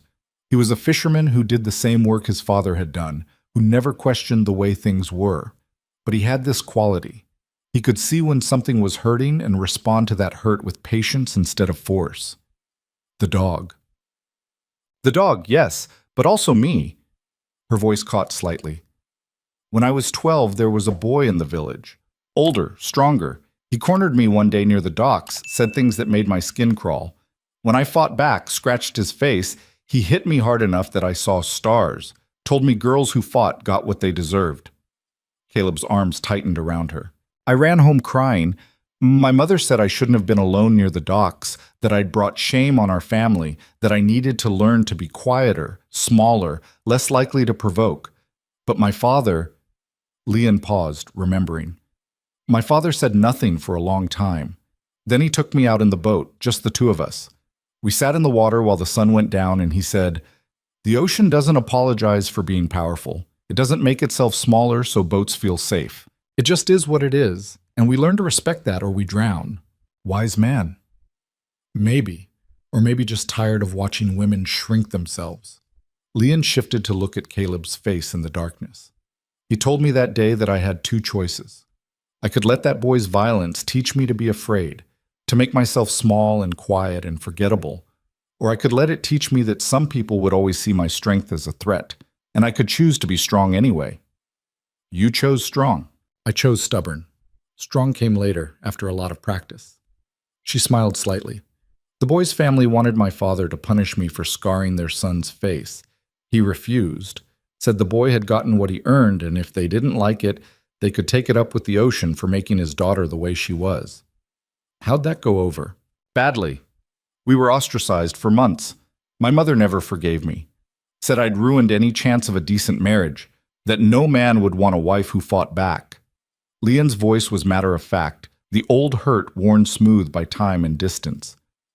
She was right, in a way. No man in the village would have me. Which is why when I saw your advertisement, I answered, figured a stranger across an ocean might be less offended by a woman with scars and opinions than the men who'd known me all my life. I'm not offended, Caleb said quietly. I'm terrified sometimes, and angry when you risk yourself, and constantly worried I'm not enough for someone like you, but never offended. Someone like me? Someone who chose to be strong when the world kept telling her to be small. He pressed a kiss to her hair. That horse chose you for the same reason, I think. He recognized something familiar. Leanne thought about that. You think the horse knows I'm scared? I think the horse knows you're scared and you show up anyway. That's probably the only language he understands anymore. The choice to keep trying even when every instinct says run. They lay together in the darkness. Two people learning to be married, learning that honesty was harder and more valuable than comfort. Outside, the wind picked up, rattling the windows with the promise of winter's approach.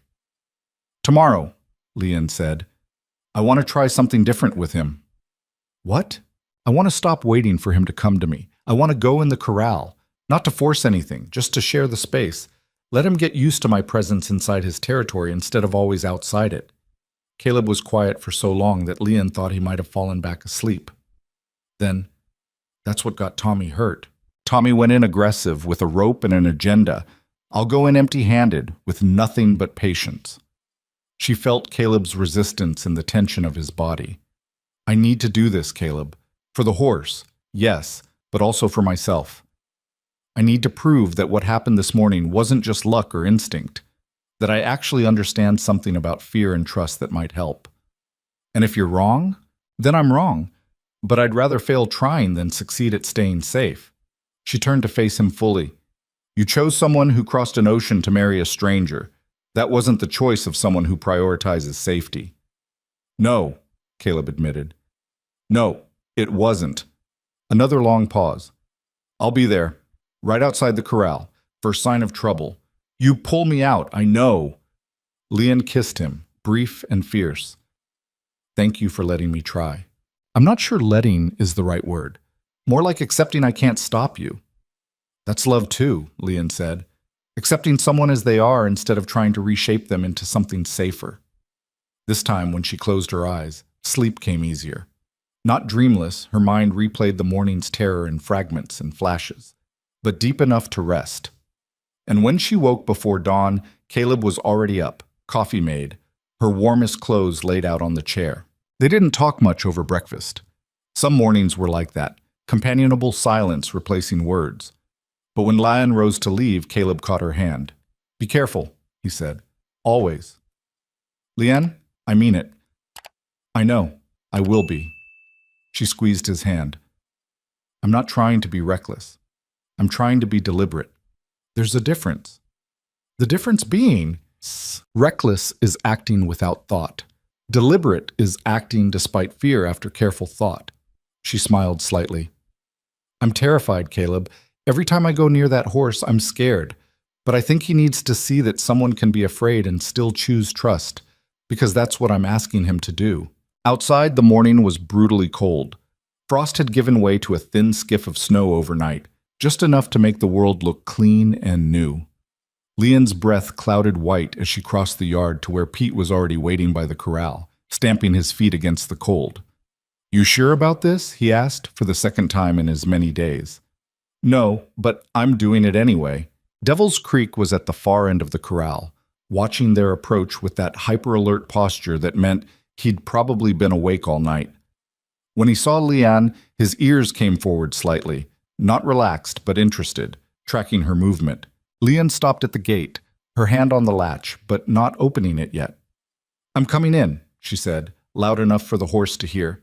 Not to chase you, not to catch you, just to be in the same space. You can stay on your side, I'll stay on mine. We're just practicing being near each other. Pete shook his head. You know he can't understand English.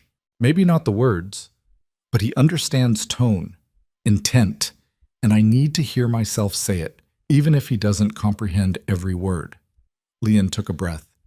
If he charges, I'm coming right back out. No heroics today. That's the smartest thing you've said all week. She opened the gate slowly, the hinges creaking in the cold. Devil's Creek's head came up sharply, his muscles coiling, but he didn't move toward her, didn't charge or scream or show the explosive violence of yesterday. Leanne stepped inside and closed the gate behind her. The feeling of being in the corral with the horse was completely different from being outside it. Out there, she'd had the fence between them, had the option of distance. In here, there was nowhere to hide, no barrier to stop him if he decided she was a threat. Her heart hammered. Her mouth went dry. Every survival instinct she possessed screamed at her to get out, to put the fence back between herself and danger. But she stood her ground. Okay, she said quietly. Here we are. Both of us scared, both of us trying to figure this out. Devil's Creek took 2 steps toward her, then stopped. His nostrils flared, scenting the air. Reading her fear, probably.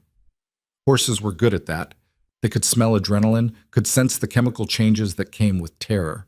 Leanne forced herself to breathe slowly, deeply. She couldn't eliminate the fear, but she could stop feeding it with shallow, panicked breaths. Could show the horse that fear didn't have to mean fight or flight. I'm just going to stand here, she continued, using her voice as much to calm herself as the horse. And you can do whatever you need to do. Pace if you want, come closer if you want, move away if you want. This is your space, I'm just visiting. The horse stood very still for a long moment, as if he couldn't quite believe she wasn't going to chase him, or corner him, or force some kind of confrontation. Then, slowly, he lowered his head and took a single bite of the hay scattered on the ground. Not because he was hungry, Leon suspected, but because eating was what horses did when they started to relax, when they felt safe enough to engage in normal behaviors instead of constant vigilance. It was progress. Tiny, fragile, but real. Lion eased herself down to sit in the snow, moving slowly so as not to startle him. The cold immediately soaked through her clothes, but she ignored it. This needed to happen at a level that wasn't looming, wasn't dominant, wasn't threatening. Devil's Creek watched her lower herself to the ground, his ears swiveling forward with what might have been curiosity. Then he took another bite of hay. Another. His tail swished once, not in agitation, but in the absent way horses moved when they were thinking. They stayed like that for what felt like hours, but was probably only 30 minutes. Woman sitting in snow, horse pretending to eat while surreptitiously watching her. The sun climbed higher, burning off some of the cold, but not much. Leanne's legs went numb. Her hands started to lose feeling despite her gloves. But she didn't move, didn't push. Just existed in the same space as the horse, showing him that presence didn't have to equal threat. Finally, when her body was screaming at her to stand, to move, to do something other than freeze to death in a corral, Devil's Creek did something remarkable. He walked toward her, not charging, not aggressive, just walking, slowly, carefully, like he was approaching something he didn't quite trust but found compelling anyway. Leanne's breath caught. Every muscle tensed, but she forced herself to stay still, to keep her hands in her lap, to let the horse make this choice entirely on his own terms. He came within 10 feet, then 5. Then close enough that she could see the frost forming on his whiskers, could hear the sound of his breathing, could smell the warm horse scent of him. "Hey," she whispered. "Hey, brave boy. Look at you making choices." Devil's Creek lowered his head to her level. His dark eyes met hers, and Leanne saw something in them she hadn't seen before. Not trust exactly, but consideration. Like he was actively trying to understand what she was, instead of just reacting to her presence. She didn't reach out, didn't move, just held his gaze and let him look his fill. Then, in a gesture so unexpected it made Leanne's eyes sting, the horse extended his muzzle and blew softly on her face. Warm breath in the cold air, the horse equivalent of a handshake, a greeting, an acknowledgement. "Yeah," Leanne said, her voice breaking slightly. "I see you too." For 30 seconds, maybe a minute, they stayed like that. Close enough to touch, but not touching. Close enough for violence, but choosing stillness. Two scared, stubborn creatures finding something like understanding in the space between fear and trust. Then Devil's Creek lifted his head, turned, and walked away. Not fleeing, just done with the interaction on his own terms. He moved to the far side of the corral and resumed his pacing, but it looked different now, less frantic, less desperate. Lynn sat for another few minutes, letting the enormity of what had just happened sink in. Then she stood on numb legs and made her way to the gate. Pete had his hand on the latch, ready to throw it open if needed. His weathered face showed shock. "Did that just happen?" he asked. "I think so, unless we both hallucinated." "He came up to you, voluntarily." "He did. And didn't try to kill you." "That too." Pete shook his head slowly. 40 years I've worked with horses. Never seen anything like that. That horse was broke beyond fixing a month ago, and now he's approaching people like it's nothing." "It's not nothing to him," Leanne said. "Every step toward me was probably terrifying, but he did it anyway." She looked back at the corral where Devil's Creek stood watching them. "He's braver than anyone gives him credit for, including himself." "What now?" Pete asked. "Now I do it again tomorrow, and the day after, and the day after that, until being near me is boring instead of terrifying." Leanne's legs were shaking from cold and adrenaline, but she felt lighter than she had in days. Trust isn't built in one moment. It's built in 100 moments of choosing not to hurt each other. She made it halfway back to the house before her legs gave out. Just stopped working, dropped her to her knees in the snow. Not from fear this time, but from the sheer physical toll of holding herself together while every nerve screamed danger. Caleb was there immediately, must have been watching from somewhere. He lifted her easily, carried her the rest of the way inside, set her by the stove. "Your hands are ice," he said, chafing them between his. "How long were you in there?" "Don't know. Long enough." Her teeth were chattering now that the adrenaline was wearing off. "He came to me, Caleb. All the way across the corral, breathed on my face like horses do when they're greeting each other." "I saw." Caleb wrapped a blanket around her shoulders, pulled her close. "I saw, and I aged 10 years watching it." "But you didn't interfere." "No.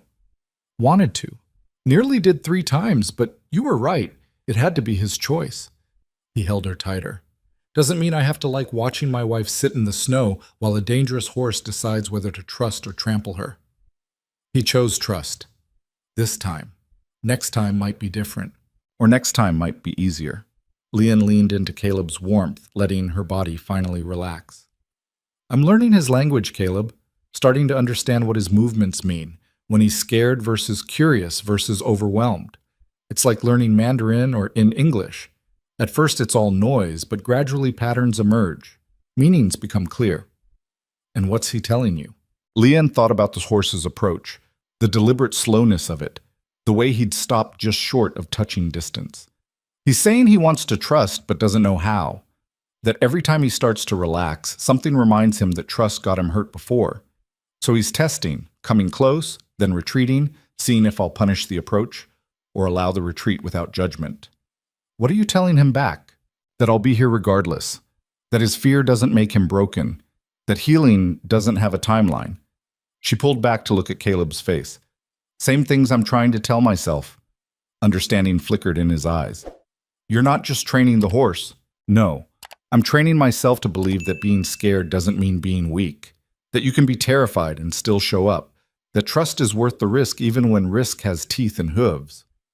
Her voice was steady despite the emotion behind it. And maybe if I can convince the horse, I'll start convincing myself too. Caleb kissed her forehead, her cheek, her mouth. You're the strongest person I know, he said quietly, and the most terrifying. And I'm grateful every day that you chose this life. Even when I'm risking my neck, especially then, because it means you care enough about something to fight for it. He stood, pulled her up with him. But right now you're getting warm food and hot tea, and you're resting until feeling returns to all your extremities. Lian didn't argue. She let Caleb fuss, let him make her tea and toast, let him wrap her in blankets until she looked ridiculous. Because this was partnership too. Letting someone care for you when you'd spent all your strength caring for something else. The rest of the day passed in a blur of warmth and rest. Lian dozed by the fire, her body finally demanding the sleep she'd denied it the night before. When she woke, it was late afternoon, the light already fading toward evening. She found Marcus in the barn, mending tack. He looked up when she entered, his expression carefully neutral. Heard you had a breakthrough with the horse, he said. Maybe. Or maybe just one good moment in a sea of difficult ones. Marcus nodded slowly. That's ranch work. That's life, really. You take the good moments when they come and try not to let the hard ones break you. Is that your way of saying I'm doing okay? It's my way of saying I was wrong about you. He set down the bridle he'd been working on. Thought Caleb was making a mistake, bringing in a foreign wife who didn't know ranch ways. Thought you'd last a month before running back to wherever you came from. I'm stubborn. Yeah, that you are, like... Marcus's weathered face creased into something that might have been a smile. But you're also learning fast, working hard, and not making excuses when things get difficult. That's worth more than knowing ranch ways from birth. Coming from Marcus, it was practically a declaration of love. Lian felt something warm settle in her chest. Thank you. That means a lot. Don't let it go to your head. You're still green as grass about half of ranch work. But his tone was fond now, gruff but genuine. Just means you've got room to grow instead of thinking you know everything already. I definitely don't know everything. Good. Day you think you do is the day you stop learning. He picked up the bridle again, his hands moving with the muscle memory of decades. That horse is lucky to have you. Probably doesn't know it yet, but he is. I'm lucky to have him too. He's teaching me things I didn't know I needed to learn. Like what? Like how to be patient with myself. How to recognize that healing isn't linear. How to show up for something even when I'm terrified. Lian leaned against a post, watching Marcus work. And how to accept that sometimes being broken isn't permanent. Sometimes it's just the state you're in before you learn how to be whole in a different way. Marcus was quiet for a long moment. You talking about the horse or yourself? Both. Neither. Does it matter? Suppose not. He finished the stitch he was working on, tested the strength of the repair. My wife died 3 years ago. Cancer. Took her fast, which I guess was a mercy, but it didn't feel like one at the time. His voice was matter-of-fact, but Lian heard the pain underneath. After she passed, I thought I was done. Thought I'd just work until I couldn't work anymore, then die. Didn't see the point in much else. What changed? Nothing changed. I'm still working toward the same end, but somewhere along the way I realized that being broken doesn't mean being useless, that you can be grieving and still show up for the work, that wholeness isn't required for living, just for pretending everything's fine. He looked at her directly. That horse is teaching you what loss taught me. That surviving doesn't mean being unscathed. It just means being willing to keep going anyway. Lian didn't know what to say to that. The honesty was unexpected, the vulnerability rare from a man who usually kept his emotions locked behind gruffness and routine. "Thank you for telling me that," she finally said. "Yeah, well, don't spread it around. Got a reputation to maintain." But Marcus's eyes were kind. "Point is, you're doing good work with that horse. And with yourself. Don't stop just because it gets hard." "Wasn't planning on it." "Good." Lian left him to his tack mending and walked out into the early evening. The temperature was dropping fast, winter settling in with the kind of cold that made breath hurt. Snow was coming, the real kind that would last until spring. The ranch was preparing, extra hay stockpiled, fences reinforced, equipment sheltered. And in the far corral, Devil's Creek stood watching the house with what might have been expectation. Tomorrow, Lian would go back, would sit in the cold, would offer her presence, would continue the slow, difficult work of building trust with a creature that had every reason to reject it.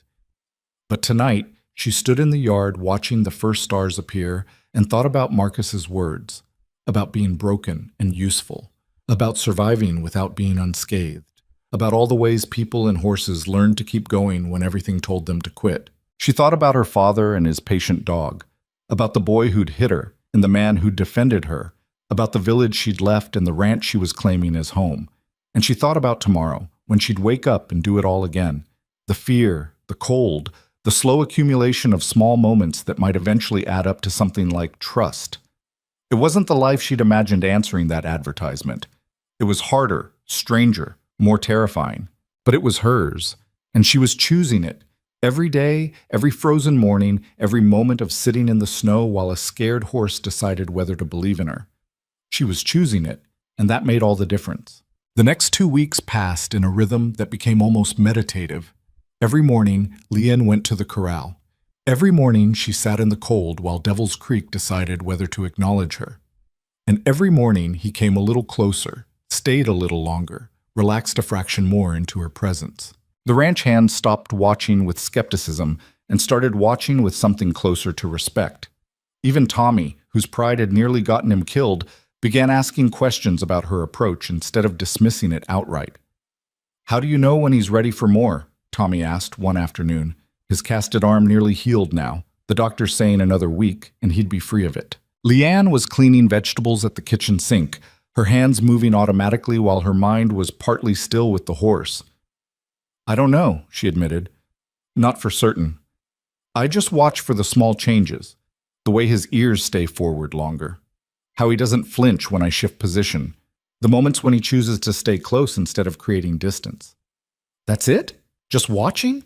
"Just watching, just being patient, just trusting that he'll tell me when he's ready for the next step." She paused, considering. "It's like learning to read someone's face for truth instead of listening to their words.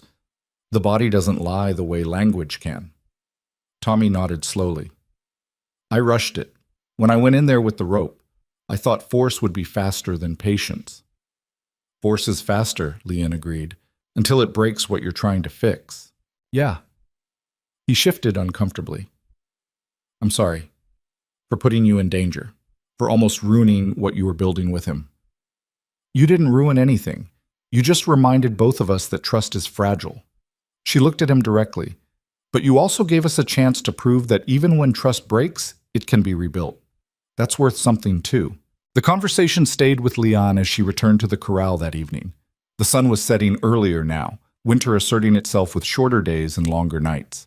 Snow had fallen steadily for the past 3 days, turning the ranch into something from a painting, beautiful and harsh in equal measure. Devil's Creek was waiting at the fence, which was new. Usually he made her come to him, made her prove her commitment by showing up regardless of weather or exhaustion. But today he stood near the gate, his breath clouding white in the cold air, his dark eyes watching the house as if he'd been waiting for her specifically. "Hey," Lian said softly as she approached. "You're eager today." The horse's ears flicked forward at her voice. He didn't move away when she opened the gate, didn't retreat when she stepped inside, just watched with that intense focus horses had when they were trying to understand something. Lian moved to her usual spot against the fence and lowered herself to sit. The snow soaked through her clothes immediately, but she barely noticed anymore. Cold was just part of the process now, something to endure rather than fight. But today, Devil's Creek didn't make her wait. He walked straight to her, closing the distance in a few long strides, and stopped directly in front of her, close enough that she could have touched him, close enough that his warmth fought back the cold. "Well," Leon whispered, "this is different." The horse lowered his head to her level, just like he had that first breakthrough day. But this time, instead of breathing on her face and retreating, he stayed, held position, waiting. Leon's heart was hammering. This felt like a threshold, a moment that could tip either way into progress or disaster. She kept her hands in her lap, kept her breathing steady, kept every muscle relaxed despite the adrenaline flooding her system. "You're so close," she murmured. "Closer than you've ever been. What do you need from me, brave boy? What are you trying to tell me?" Devil's Creek shifted his weight, and Lion suddenly understood. He wasn't just approaching, he was offering, giving her the opportunity to close the final distance if she chose to. The choice to touch or not touch was hers. Her hands were shaking as she slowly, incrementally raised one from her lap.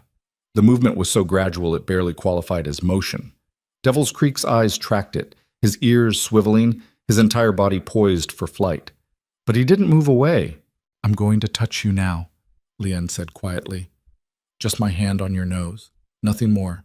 And if you don't like it, you can leave. No punishment, no forcing, no judgment, just your choice." She extended her hand the final few inches, and her palm met the warm velvet of the horse's muzzle. The contact was electric. Devil's Creek's entire body tensed, every muscle coiling, and Lion thought for sure he'd bolt. But he held steady. Let her hand rest against his face. Let her touch him despite every instinct that probably screamed danger. "Good boy," Leon breathed. "Such a good, brave boy. You're doing so well." They stayed like that for maybe 30 seconds. Woman's hand on horse's face, both of them trembling with the enormity of this small gesture. Then Devil's Creek exhaled slowly, a release of tension that Lion felt in her own body, and pushed gently into her palm. Not aggressive, seeking, like he'd forgotten what gentle touch felt like and was trying to remember. Leon's eyes stung with tears that had nothing to do with the cold. She kept her hand steady, kept her touch light. Let the horse lean into the contact as much or as little as he wanted. "I see you," she whispered. "I see how hard this is. I see you choosing trust even though trust hurt you before. You're so much braver than anyone knows."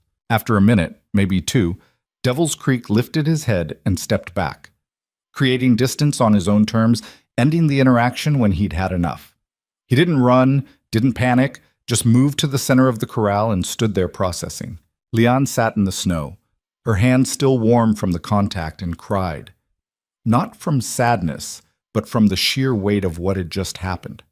A horse that had been broken by violence had just chosen gentleness, had allowed touch from a human despite every reason to refuse it. It was more than progress, it was transformation. She was still sitting there, tears freezing on her face, when Caleb appeared at the fence. "I saw," he said quietly, "from the barn. I saw him let you touch him." "He chose it," Leon said, her voice thick. "I didn't force or trick or coerce. He made the choice himself." "I know." Caleb climbed into the corral, something he rarely did, and helped her to her feet. Her legs had gone completely numb.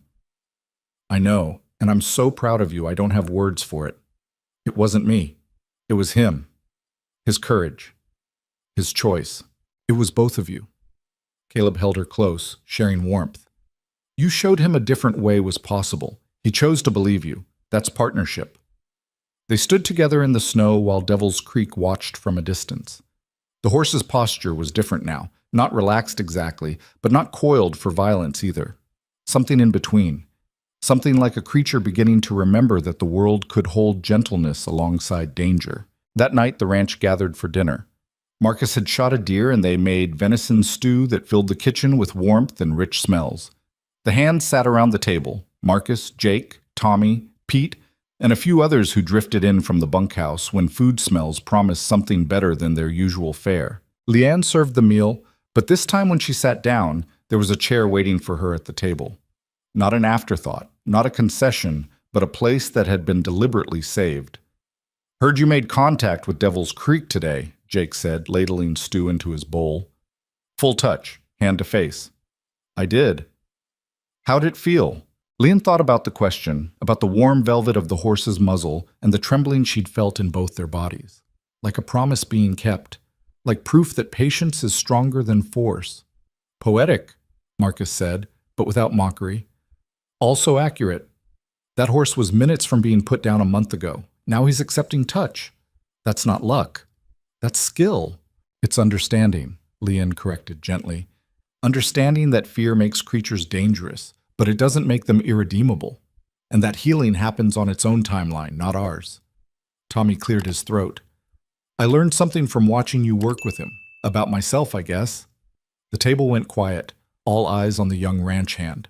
I thought strength meant never backing down, never showing weakness, never admitting when something was too much for me.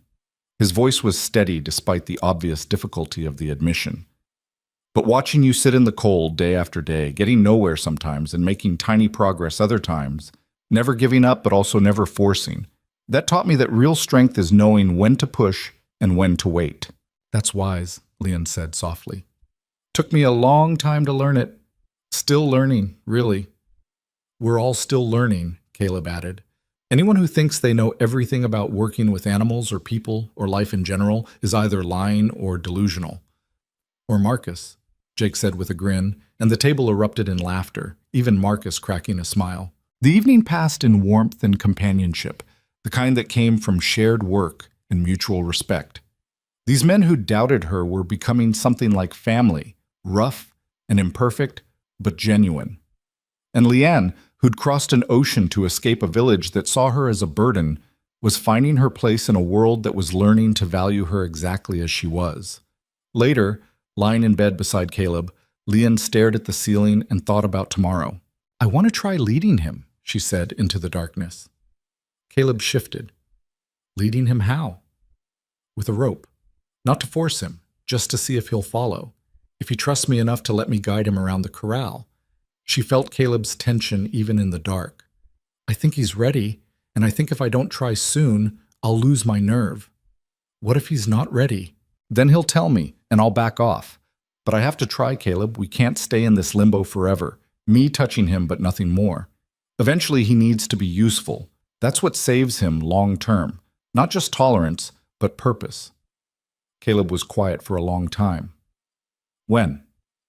Tomorrow, if the weather holds. I'll be there. I know.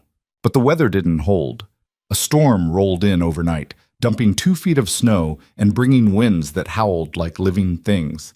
The ranch shut down to essential work only, feeding animals, keeping paths clear, making sure nothing froze that couldn't afford to freeze. Leanne spent the day cooking, baking bread, and preparing meals that would last, keeping the stove hot so the house stayed warm. But her mind was with the horse, wondering if he was cold, if he was scared, if he understood that she hadn't abandoned him when she didn't come to the corral. The storm lasted 3 days. 3 days of being housebound, of watching the world turn white beyond the windows, of the ranch becoming an island in a sea of snow. When the weather finally broke, Leanne was out the door before breakfast was fully prepared, leaving Caleb to finish the coffee while she fought through snowdrifts to reach the far corral. Devil's Creek was standing near the fence, covered in snow but otherwise fine. When he saw her, his head came up sharply, and he whinnied, the first sound she'd heard him make that wasn't a scream of rage or terror. It sounded almost like a greeting. I'm sorry, Leanne called out, fighting her way through the snow. I'm sorry I couldn't come. The storm was too bad. But I'm here now. I didn't forget you. She reached the fence, breathless from the exertion, and Devil's Creek came straight to her, pushed his nose through the rails, seeking contact, seeking reassurance that she was real and present, and hadn't disappeared like everything else good in his life probably had. Lynn pressed her forehead to his, feeling the warmth of him through the cold. I'm here, she whispered. Always going to be here. That's the deal. You trust me, I show up, no matter what. The horse breathed out slowly, his breath warm on her face. When she entered the corral, he didn't retreat. When she pulled the lead rope from her pocket, soft cotton, nothing harsh or frightening, he didn't bolt. He just watched, waiting to see what she'd do.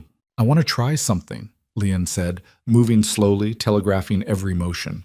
"I want to see if you'll let me put this rope around your neck. Not to force you anywhere, just to connect us. And then maybe, if you're okay with it, we'll walk together. Just around the corral. You and me, practicing moving as a team." She approached slowly, the rope loose in her hands. Devil's Creek's muscles tensed. His eyes showed white around the edges, but he didn't move away. Didn't charge, just stood there trembling as Leon got close enough to touch. "That's it," she murmured. "You're doing so well. You're so brave." She lifted the rope slowly, giving him every opportunity to refuse, to run, to reject this new step. But Devil's Creek held still, held steady, and let her loop the soft cotton around his neck. The moment the rope settled into place, the horse's entire body went rigid. His breathing accelerated. His eyes went wild. And Leon knew she had maybe 5 seconds before he panicked completely. "Easy," she said firmly. "Easy now. It's just rope. Just connection. Doesn't mean pain. Doesn't mean force." She kept her voice rhythmic, steady, anchoring. "Breathe with me. In and out. That's all we're doing. Just breathing together." Devil's Creek's sides were heaving. Sweat broke out on his coat despite the cold. But he didn't bolt. Didn't rear. Didn't explode into the violence everyone had expected. He just stood there shaking while Lan held the rope loose and waited for him to find his calm. It took 5 minutes. 5 minutes of talking, breathing, being present while the horse fought his demons. But gradually, incrementally, Devil's Creek's breathing slowed, his muscles unlocked, his eyes cleared. And when Leon took a single step backward, holding the rope gentle and light, the horse took a step forward, following her, choosing to follow. "Good boy," Leon breathed. "Such a good, brave boy." She took another step. The horse followed. Another step. Another following. They moved around the corral in slow circles, woman leading and horse choosing to be led, building a dance of trust that neither had known was possible a month ago. By the time they'd circled the corral 3 times, Devil's Creek was walking beside her instead of behind, his head level with her shoulder, his breathing calm. Not a broken horse being forced to obey, but a partner choosing to move in cooperation. When Lan finally stopped and removed the rope, the horse didn't flee. He stayed close, pushing his nose into her shoulder, seeking the contact that had become familiar instead of frightening. "We did it," Leon whispered into his mane. "We actually did it." She looked up to find the entire ranch watching from the fence. Caleb, Marcus, Jake, Tommy, Pete, all of them standing in the snow, silent witnesses to something they'd thought impossible. "Well, I'll be damned," Marcus said finally. "That's a broke horse." "No," Leon corrected, walking Devil's Creek toward the fence. "That's a healed horse. There's a difference." She opened the gate and led the horse out, actually led him, walking freely beside her with nothing but a loose rope and mutual trust. The hands stepped back, giving them space, their faces showing shock and respect in equal measure. Leanne walked Devil's Creek around the yard once, then back to his corral. She removed the rope, and the horse stood there for a moment, as if deciding what to do with this new freedom. Then he lowered his head and nuzzled her shoulder. Gentle, seeking, a gesture of trust that was worth more than any amount of forced obedience. "Go on," Leanne said softly. "You did good. Get some rest." Devil's Creek turned and walked back into his corral, his movements calm and purposeful. When he reached the center, he lowered himself to the ground and lay down in the snow. Actually, lay down. Something he'd been too afraid to do since arriving at the ranch, trusting that he was safe enough to truly rest. Jake whistled low. "Never thought I'd see that animal sleep." "He just needed someone to show him the world wasn't all threat," Leon said. "Once he believed it, he could let go." The men dispersed slowly, heading back to their work, their conversations low and awed. But Caleb stayed, watching Leon with an expression she couldn't quite read. "What?" she asked. "Just thinking about the day you arrived. How small you looked getting off that train. How terrified I was that I'd made a mistake bringing you here." He shook his head slowly. "And now you're standing in the snow having just accomplished something I've never seen done. Having proven that everything I worried about was backward." "What do you mean?"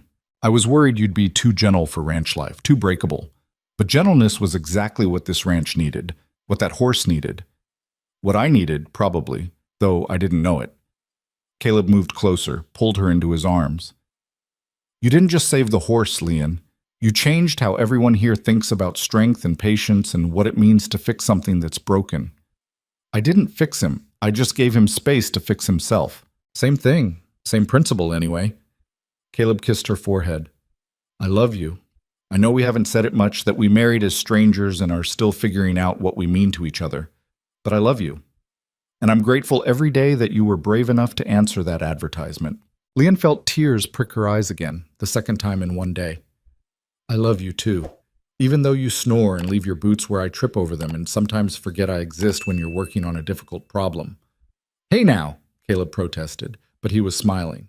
I love you for those things too, for being human and imperfect and real. She pulled back to look at his face. We're both broken in our ways, both scared of things we don't talk about. But we're learning to trust each other anyway, aren't we? Just like the horse learned to trust me. Yeah, Caleb said softly. Yeah, we are.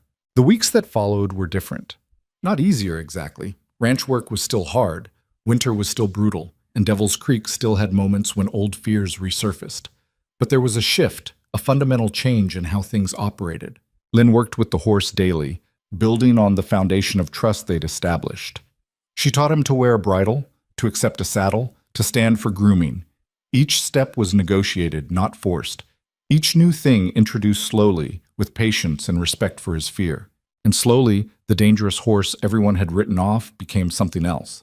Became useful, became trained, became the kind of horse that Caleb could ride out to check cattle, that Marcus could use for herding, that even Tommy eventually learned to work with.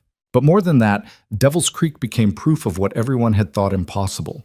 Proof that patience could succeed where force failed, that understanding fear was more powerful than ignoring it, that broken things could become whole again if given enough space and time and stubborn, unreasonable hope. The ranch hands changed too. They started asking Leon for advice with difficult horses, with cattle that had been traumatized, with any animal that was proving resistant to traditional methods. And gradually, her approach became part of the ranch's culture, not replacing the old ways entirely, but adding to them, expanding what was possible. One evening in late winter, with spring just beginning to show itself in the longer days and melting snow, Leon stood at the kitchen window watching Devil's Creek graze peacefully in the corral beside the other horses. He'd been integrated into the herd 2 weeks ago, and after some initial posturing, had settled in like he'd always belonged. You thinking about him? Caleb asked, coming up behind her and wrapping his arms around her waist. Thinking about how far he's come. How far we've all come. We? You, me, the ranch, the horse. All of us. We're all different than we were when I arrived. She leaned back into Caleb's warmth. I was so scared that first month. Scared I'd made a mistake, scared I'd never fit, scared I'd always be the foreign bride everyone resented. And now? Now I'm still scared sometimes. Still foreign in ways that matter. Still learning. She turned to face him. But I'm not trying to fit anymore. I'm just being who I am and letting everyone else adjust to that. Turns out that's easier than trying to become someone they'd accept. For what it's worth, they do accept you. More than accept. They respect you. I know. Took proving myself in ways I didn't expect, but I know. She smiled. Marcus asked me yesterday to work with his friend's horse. Says it's got behavioral issues and traditional training isn't working. He thinks I might have ideas. What'd you say? I said I'd try. That's all I can ever promise. That I'll try, and I'll be patient, and I'll respect what the animal needs instead of what humans want. She paused. It's strange. In my village, I was useless. A burden. A daughter who should have been a son. But here, doing the exact same thing I always did, seeing the scared creature underneath the dangerous behavior, that's valuable. That's a skill people want. It's the same everywhere, Caleb said quietly. The world is full of scared, broken things that people don't know how to help because they've forgotten how to see past the danger to the hurt underneath. You haven't forgotten. That's rare. That's precious. They stood together as darkness fell, watching the horse who'd been too dangerous to save now peacefully existing alongside creatures he would have attacked a few months ago. And Leon thought about her father's dog, about the patience he'd shown when everyone else wanted quick solutions, about how that lesson had traveled across an ocean and found new expression in Montana snow and ranch work, and a marriage built on gradual understanding. Some things couldn't be rushed. Some transformations required time measured in seasons rather than days. Some forms of healing needed space and patience, and the willingness to show up consistently even when progress was invisible. The horse had taught her that. The ranch had taught her that. Caleb had taught her that. And now she was teaching it to others, spreading the understanding that gentleness was a form of strength, that patience was a kind of power, that broken didn't mean irredeemable. It wasn't the life she'd imagined when she'd answered that advertisement. It was harder, colder, more challenging, but it was also richer, deeper, more meaningful. It was a life where she mattered, where her particular way of seeing the world was valuable instead of burdensome. It was a life she'd chosen and continued choosing.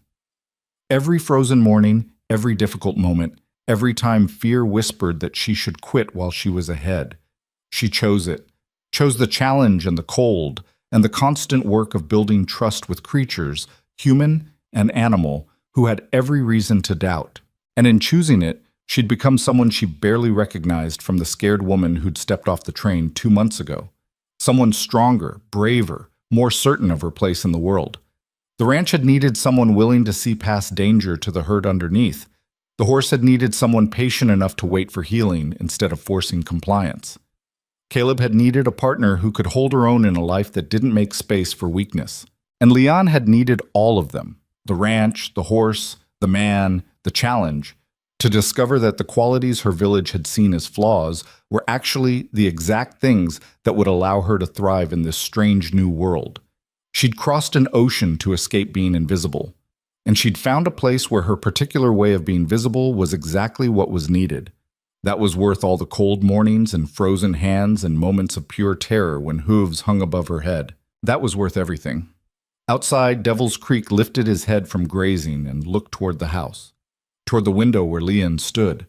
And even from a distance, she could see the change in his posture, the relaxation, the trust.